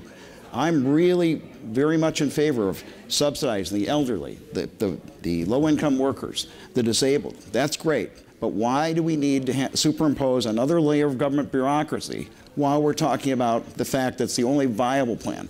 What do you say we rationalize government while we're at it? Yeah, so if I could speak to that, he's actually exactly right. Right now we've got SMART, we've got DDOT, we've got RTA. The truth is, in the four-county region, there are 140 different municipalities. All of them have line items in their budgets spending something on transit.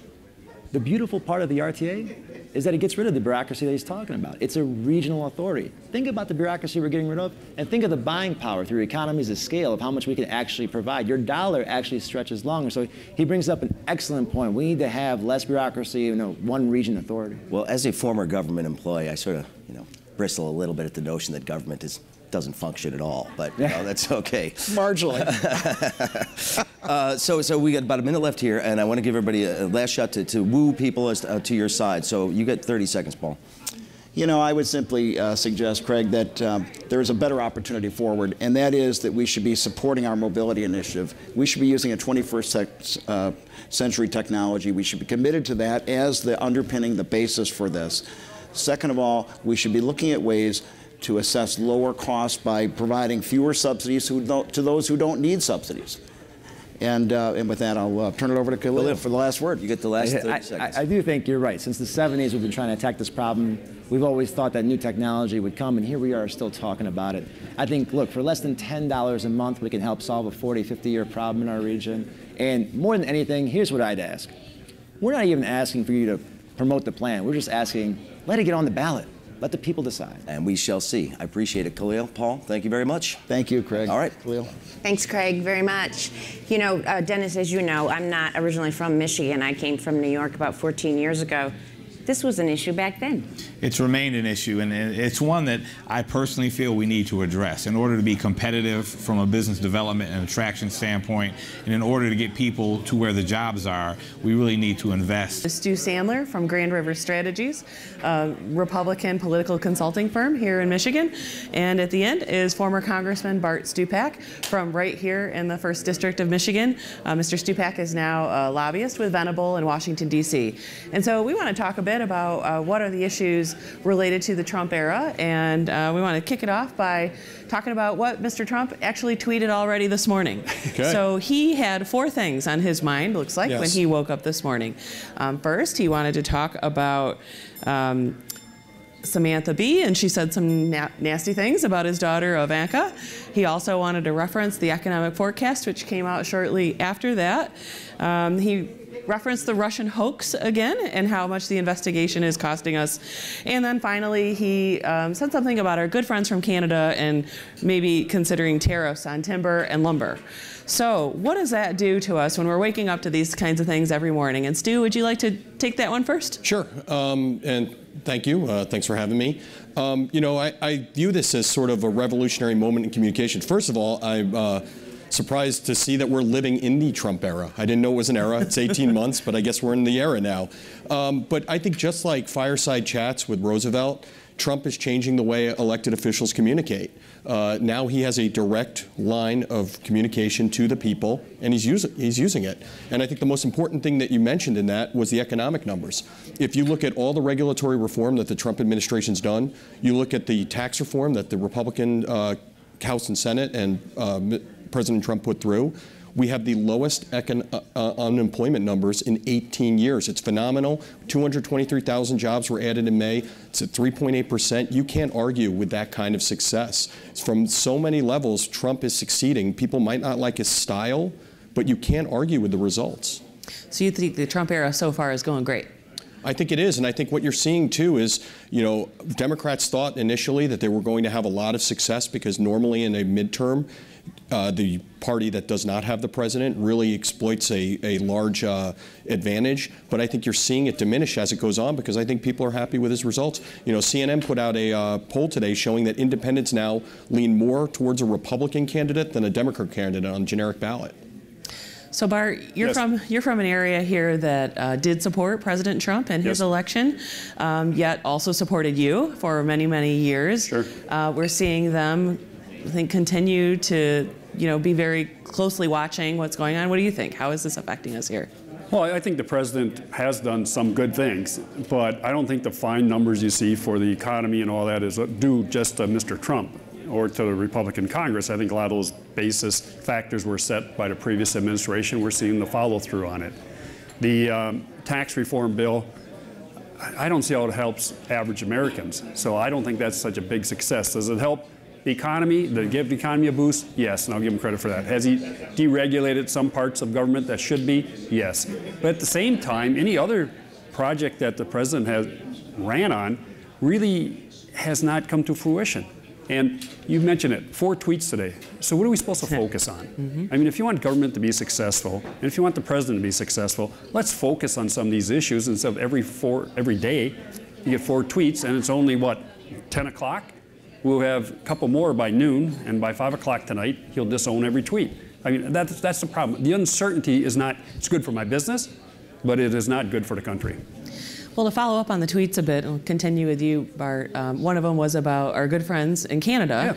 And in Michigan, we know how much we rely on that relationship with Canada, where it might be different. Largest trading partnership in the world is Michigan and Canada. Now, what are these tariffs going to do to our economy? I think it's really going to hurt Michigan. And I know many of the Republican members are just, they begged them not to do it. So, I mean, he says he wants to renegotiate NAFTA. To negotiate, you need 2 people. You need 2 parties at the table. Right now, we only have 1.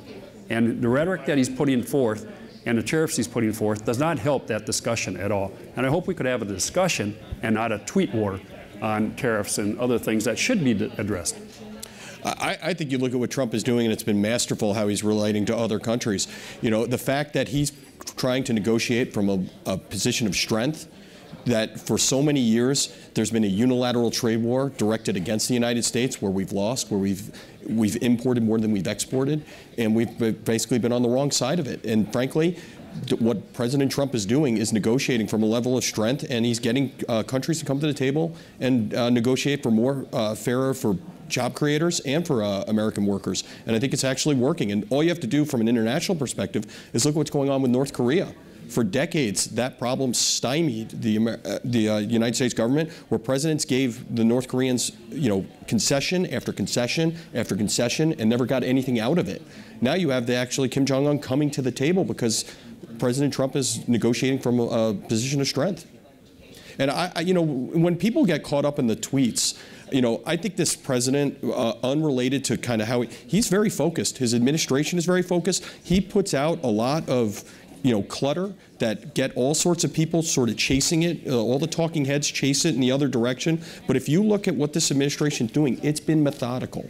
Yeah, and I think that's a great point. We heard more than one session earlier this week refer to the sort of so what factor, right? He's putting out these tweets, it's antagonizing people, but it's taking the eye off the ball of what is really in his agenda one way or another. I mean, do you think that's intentional?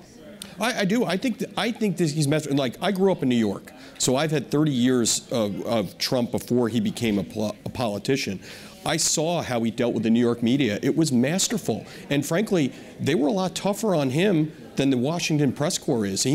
I mean, this is kind of child's play when he deals with the Washington press corps, because he had 30 years of dealing with a really hardcore New York press that was very antagonistic. He was on the front page of the New York Daily News, Newsday, every single day, all these sort of headlines. He's used to this, and I think what he's gotten the DC press corps to do is to chase the ball one way while he goes the other, and I think he's very successful at it. Mm-hmm. So what about these attacks on the media? So one of the tweets this morning was just that. Now, you can argue whether it was fair or not, but it's certainly a theme he likes to use. Well, but I mean, when you get in an argument with somebody, what Samantha Bede said was totally wrong, should be condemned, but it just gives you an indication of how he's operating as the President of the United States, which I think is beneath the office, beneath the individual. He should not be. You can have arguments with people, but when you do, leave them with their dignity. You don't need to rip and destroy everything. You talk about the trade deals. We blame other countries because they took advantage of us.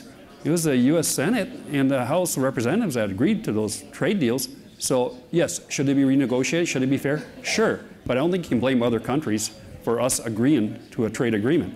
So when you get to Nafta and all that, let's go back and revisit it. But if you don't get your own way, don't start poking people in the eye, and that's unfortunately what this president does. But I think that's exactly the point about let's revisit Nafta. Nafta is over 20 years old. Sure. Frankly, there are parts of Nafta that do not benefit the United States. I think the president is making a point. Let's renegotiate this. Let's look into this. Let's see what problems that the United States have that can be resolved, and let's do it from a position of strength. And I think he's been pretty masterful at getting the benefits from it. Well, I think his position of strength in this one is actually going to hurt Michigan, hurt our economy, and actually hurt this country.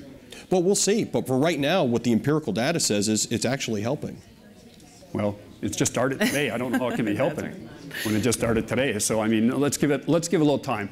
Look, again, going back to NAFTA, in order to have an agreement, you need two sides. And there has to be a mutual agreement and Canada said, we don't want to negotiate NAFTA. We like it. Mexico is basically the same thing. Of course, you can't get Mexico at the table because he keeps saying they're going to build this wall and they're going to pay for it, which isn't going to happen. So, I mean, the president, he's a master at distraction. I'll give you that. But there are serious issues that need serious discussions. And a tweet just doesn't make it. And I wish he would grow into the job. And I don't mean he has to be docile, but sure. be more respectful of people and civility that we talked a lot about up here at this conference. I wish he would extend that to his activities and his presidency. But you know what's interesting, Congressman? And I think you are from this area. You served this area with great distinction over the years. I think if you talk to the constituents of this area, you look at the support and approval he has, there are I mean, he's probably at what, 65%, 75% approval here. I mean, this district now has become, and you know, I read the piece he wrote last July about how the Democratic Party is becoming more closed to different voices, and you know, that people like you might not be able to serve anymore as an elected official because of certain positions you take. You look at someone like Trump, who people of this area relate to. They actually like the way he communicates. I think if you talk to them, they finally feel like a president is talking to them directly. Oh, I talk to them all the time. I still live here. I leave here, I'll go to Escanaba and Menominee where I live. And I disagree with you.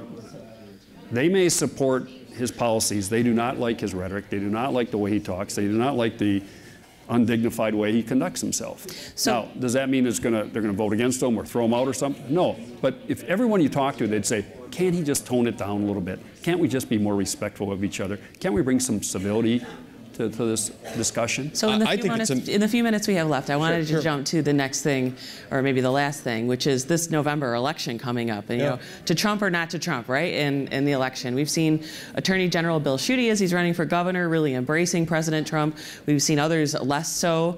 And we've seen many Democrats running against President Trump. What do you recommend to your friends right now running? I've recommended from the time he got the nomination to embrace him. He's the Republican nominee. He's the Republican leader of the party.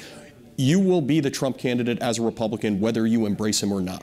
And frankly, I think Republicans support him overwhelmingly. Look at Bill Schuette's lead in the primary. It is based on the fact, partially, that he has the Trump endorsement. He's also a great candidate, but the Trump endorsement has certainly helped solidify that lead. Beyond that, you look at the numbers in Michigan. Donald Trump's numbers in Michigan right now are better than they were in October 2016. I think he has a very strong base in Michigan. I went to the Washington Township rally in Macomb County, where you have the home of the Reagan Democrats.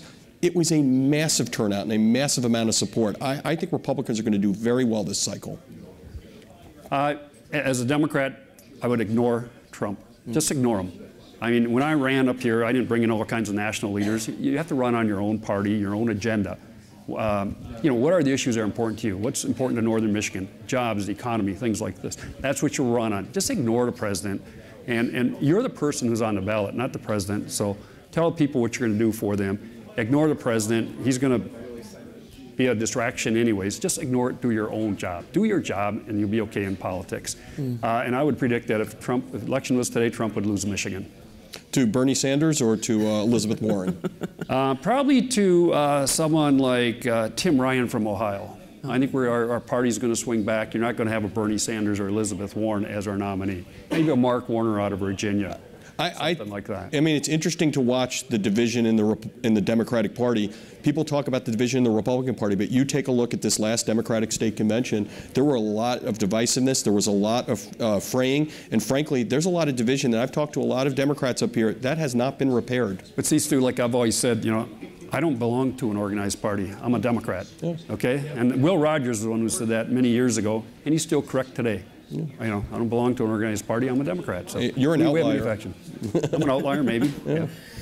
Well, I guess last thing is we have just a minute left to do. How is this affecting your office politics? I mean, we know kind of your backgrounds, but are people really talking about Trump in your office, or are you trying to kind of leave that aside and focus on the work to be done? I'm a Republican consulting firm. Yes, we're talking about him. I mean, you know, there is a lot of sort of people who get really caught up and really sort of worked up about it. But I do think that we're having important conversations, and I do, you know, this country has always been built on high levels of, you know, real parties going at it. I mean, nobody's dying in the streets, so you know, over politics, so that's a good thing right now. But you know, yeah, it's a high level of discourse, but I think it's important discussions. My main office is Washington, D.C., and of course, Washington, D.C., that's all you do is talk politics. But from a business point of view, President Trump's been good for business because clients do not know what's going to happen. They'll come in and say, help us understand what's going to happen. What will the House Republicans do? What will the Democrats do? We don't know what the president's going to do. Give us more options. So it's a constant discussion, this administration, what the president's going to tweet next or what he's going to do next. And all you can do is try to give them many ideas, different avenues this policy may take. We need to wrap it up there, so I think that's going to be the last comment. Thank you, Bart Stupak, Stu Sandler, for your participation today. We really appreciate it. Thanks, Sarah. Nice job, Sarah. Thank you so much. Did you believe we're almost done? Almost done. Time to hit the road. Almost just flew by. So our last segment will be one that I think everyone agrees with and just doesn't know how to get done. And I think we had heard a nice little trending comment last night at the governor. Fix the damn roads. Right. And, you know, no one disagrees. You know, we have an infrastructure problem. We need to fix our roads. We just need to figure out how to pay for it. Yeah, I think in talking about the last panel talked about President Trump, one of the things that he has stressed is investment in infrastructure. Right. And so we'll see how that pans out. I look very much forward to this morning's panel. I've got my dear friends up here. Hey, Charlie. Man. Good morning, Charlie. What's happening? Wow, good morning. Man, you guys look great today, don't you? Thank you, Charlie. Woo, look at that. Oh, well, I'll tell you what. We should do it right now. Are we on? We're ready? Let's do it. All right, roads. Well, that is a great topic because it's a political topic. It's an economic topic. It may be arguably the most divisive topic, perhaps, in this upcoming election. Joining me here, Dennis Muchmore with Honigman Law. Good to have you. And Dave Woodward, Oakland County Commissioner, former member of the State House, I believe. All kinds of stuff there. Okay. Fix the damn roads. Not my line. Gretchen Whitmer. First question last night at the gubernatorial debate. And that was the response was fix the damn roads. How political is this road fix, Dave Woodward? Well, I think if you ask anyone across the state, regardless of their partisan leanings, what have you, they saw this. I mean, when spring kind of came to Michigan, they saw. I mean, you ask any tire shop, repair shop, this was the worst season ever. People want solutions to this. They're tired of the rhetoric. We've got to get to the fixing, which is going to require resources, and discuss it any other way. So I actually don't think it's a partisan issue. You have to have bold leadership willing to take on what is a monumental task. It's going to take billions with a B to fix this problem. You got to be willing to do it. I can't believe Dave Woodward, Democrat, said it's not a political issue. Let me say maybe, Dennis, arguably, the Democrats may say that the Republicans have been in office in the legislature and have had the governor's office for 8 years, and the roads are still bad. Could this be a good political issue for Democrats? Well, I think it's always a good political issue, and as you're familiar, Michael Patrick Shields is always willing to remind me that J.P. McCarthy used to say, it's not the money, it's the amount. You know, and I never forgot that, because you can't fix the roads without money, and you can't generate money in the system we're operating under. So if you're gonna fix the roads, you've got to do it with a certain amount of money. I firmly believe we're doing it the wrong way, and that we need, number one, priority road design, so that we figure out which roads need to be replaced first. Number two, we need to go to bonding, and we need to raise the sales tax. I'd say 1 cent or 2. What you pick it. You pick whatever number you want. People aren't going to want to do it, but you need to use the sales tax because it has an inflationary benefit. So then you go bond for X dollars on the first priority set that you have, and you use your 1% to pay for those, and everybody knows which roads are going to get fixed with that 1%, and they know what they're voting for. But didn't we just have a proposal where we were going to raise the sales tax to pay for roads? And if I remember correctly, it was voted down by 80%. Well, you know, if you make something so complicated that no one understands what it is, you're going to have problems passing it, and that's the Christmas tree effect of going through, you know, 20 people in a committee to put something together. It doesn't work. You just got to pick on something simple, because people are saying, I want this fixed, and I don't know how much, you know, it's going to cost. Nobody really does. You know, you can pick a number, I don't care, whatever it is. But you got to say, these are my priorities. I'm going to take this money. I'm going to bond for it. I'm going to use this money. We have the best MDOT director in the country, probably the best Department of Transportation director in the entire country. And he works at this every day. And people are constantly coming up with political solutions. It's not a political solution. It's not. Well, from a framework perspective, again, this is a math problem. It costs this much to do it. We turn to the engineers, we turn to the experts, figure out what it is, and then we've got to build a plan that fixes it. You throw if we, over the last 20 years, I mean, the reality is if we treated our homes like we treat our roads, we'd be condemned. I mean, they're in such deplorable condition. Just in Oakland County, about 10 years ago, 70% of our roads were in fair or good condition. Today, 70% of our roads are in poor or deplorable condition. And so you need a fundamental framework to approach this. You can't have a Christmas tree approach to funding. You need a reliable, stable fund of resources, getting to what Dennis is talking about, so that you can bond out to be able to fix the roads, and you have to have enough revenue coming in to maintain those roads. You've got to be able to make certain that it's equitable, so that that everyone pays their fair share. That's our friends in business and the people of Michigan paying their fair share to fix these things. And probably the thing that's most important, you want it to be reliable and stable and easy to understand, simple. So that 100% of the money that's raised from a proposal goes to fixing those roads. So I think there is an issue as to how much roads cost, or how much would it cost. And if we're doing a campaign to bond, which I kind of have one of my questions would be bond, because I think that is probably the way to go. I'm just wondering if cities or counties can bond on their own, maybe a state issue. Hold that thought for a moment. If we just look at the candidates in this election, $1.2 billion has already been allocated, so there will be money. And some of the candidates, Lieutenant Governor Brian Kelly's talking about that, Bill Schuette's talking about that. Don't need anything else. We've got it here. If you look to the opposite extreme, Sri Thanadar, I believe, was $4 to $6 billion needed. Gretchen Whitmer, $3 billion. So where are we? And if we don't know the number, or if there's that much of a discrepancy in the amount needed to fix Michigan's roads, politically, it's disastrous, isn't it? Well, it may be disastrous, but the number is whatever you decide you're going to spend. Because if you look at the freeways in Detroit, they flood sometimes underneath the freeway. That's because the pumping system that MDOT installs under that can't keep up with the floodwaters because of the runoff that goes down the highway and goes down into those, where you go underneath those bridges where those pumping systems are. And so you can pick any number you want to pick. I can find something to spend it on. The question is, what am I going to spend it? If I go to the public and I say to them, I want X dollars for these roads, and I'm a voter, I'm sitting there saying to myself, okay, I'll do that. I'll make that trade, or I won't make that trade based on the roads that you're going to prioritize to be fixed. And I just think, we have to get very sensible about that. We put a lot of money into roads as it is, but we don't bond as much as we used to. And if you bond, then you dedicate X resources specifically for that and specifically prioritize. So, under the Much More initiative, well, thank you, which is interesting. Help me out, former legislator Dave Woodward. If we dedicate money for a particular road, Mound Road in Macomb County, Woodward on Woodward Avenue, name for your family, is that what I understand? Something like that. All right. Does that run afoul of Public Act 51? Oh, you want to talk about Public Act 51 in our segment?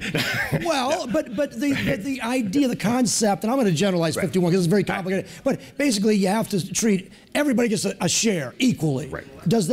Is that a problem? Yeah, well, I guess I come back to what Dennis was talking about. I actually think that we have a general sense. I think there is a consensus. We probably need to double the amount of investment in our roads every year, at least for the next decade, to fix them and get into a position so that we can repair them at a way to increase their duration. So with that, I would like to turn to the experts. There's a lot of things I've disagreed with Governor Snyder over the years. I actually think I'm in agreement about how much this is going to take to be able to do. And then you build a plan that dedicates the money. The proposal that was on the ballot was a travesty in terms of confusion and things going in all different directions. Dollars raised need to go directly into roads and empower our experts to be able to figure out how to fix the most dangerous ones first. And then we'll fix them all using the mechanics that we currently have. So do you think voters would agree to raise taxes to fix roads? Yes. And what's happened, because over the last decade or two, that we haven't actually kept up, the state hasn't kept up its deal of the bargain, local communities have been. At Oakland County and Oakland County government, roads isn't our primary responsibility. We have road commissions, but we are putting increasingly more and more money into roads because we've got to help our local cities and others do it. We talked at this conference, importance of cities to invest in all those things. And so the reality is the answer is yes. Voters do support it, will support it, if they fundamentally believe this will fix the problem and it will, and all the money that would be generated will go to those roads. You agree with that? Well, I'm a believer that the public is a lot smarter than they get credit for. And if they think they're getting a fair deal, they'll do whatever whatever is presented to them. If they think it's fair, if they know what it's going for, if they know how it's applied. I mean, my whole point with the idea of prioritizing road construction and using bonding to cover it. The much more proposal. Yeah, is that much more? Is that you, much more, much more. It's really that you can actually dedicate these resources and say, we're going to take this money, whether it's a legislative distribution or whether it's a sales tax, whatever you want to do. We're going to actually apply this to this, and this will fix these problems. So let me offer an amendment to the much more proposal. Oh, good. Could a local county or city say, forget the state because of all the red tape and we don't trust it, and just do a bonding proposal? I don't know if this is legal now. I'd have to look at the Honigman law firm and see if it is. But assuming it is, why can't Oakland County, for example, just do a bonding proposal dedicated to fix Oakland County roads, dedicated roads, and that would be money that it's easy to meet. Is that legal? Could you do that? Well, I think you can do anything that you can. Al Cropsey was sitting over here, and he would tell you that you can do anything that you can figure out how to do. You know, and I think you can do that. Yeah. It's really we just solved the road problem.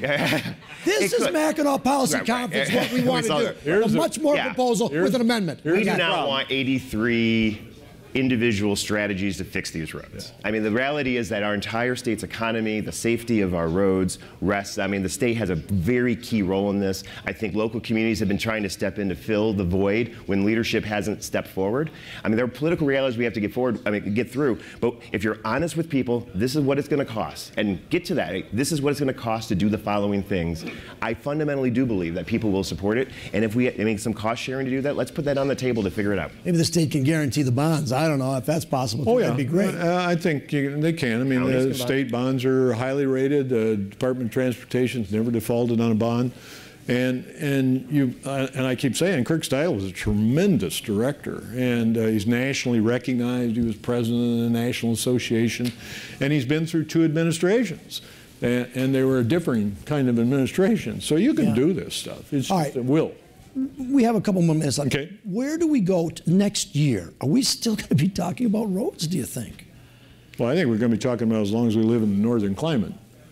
You know, if we want to pick ourselves up and move to Florida, I mean, we might get away from it, but we're always, the problem is our road base has to go down further. So we really have to rip up these highways, and we have to lower the base in order to deal with the drainage issues. We don't have enough road base. And so each year, the deterioration causes the cracks, causes the potholes. So if you're going to do it, you got to rip out the roads and you got to lower the base down, because the base is what makes the road stable for a longer period of time. I would say that if we don't elect new leadership in the state, in the legislature and the governor's office that's committed to doubling funding for our roads, and the much more plan or other, if we don't seriously do that, by the time we're here next year, then the answer is yes, because we're not going to fix the problem. And here's the reality. It will be worse next year than this year. The bottom line is we are going to have more money to fix the road. Absolutely. It's just everyone agrees with that. We have to have. That we can all agree with. Dennis Muchmore with a much more plan. You heard it right here. Yeah, thank you. Policy conference right here. Dedicated funding for roads and a bond issue. How about that? Well, it's the Dennis Archer for Governor campaign plank that I'm advocating here. So. And there's your platform, whatever you're going to run for next time. How about that? All right. Dave Woodward of Woodward Avenue. Sounds good. You guys, thanks Charlie. Appreciate it. Thank you. Charlie, you got to come out of your shell a little bit. We got to get you some coffee. I don't know where he gets all the energy from. So much energy. I haven't had any coffee yet today, actually. Who's driving home with you? I don't know. Charlie, what about a Let It Rip live from the island? I would love to do that. 2019. Now we're talking. That would be good. This road issue could be good. Yeah. A lot of ways to skin that cat. Oh, yeah. Thank you very much. This is a phenomenal panel. Thank you, guys. Thank you. Much much more planned. Much more planned. You heard it right here. Well, it's our second year doing this. It is so much fun, Dennis. I love working with you. This is fantastic. It's so much fun. And thanks to everyone who joined us. Thanks to everybody who's watching at home. All of our friends here in the Grand Hotel Parlor, one of the most beautiful places in the world. Yeah, they do a phenomenal job here. I mean, the family runs a phenomenal property. We're so happy that they have us up here every year. Dan is very hospitable. Love seeing him every year coming up. Yeah. And we wish everyone a safe drive back home. And for those of you who are at home, we're coming back down. Right, and thanks to our friends from DPTV for all they do to make this conference available to everyone else out there outside. Yeah, thank you.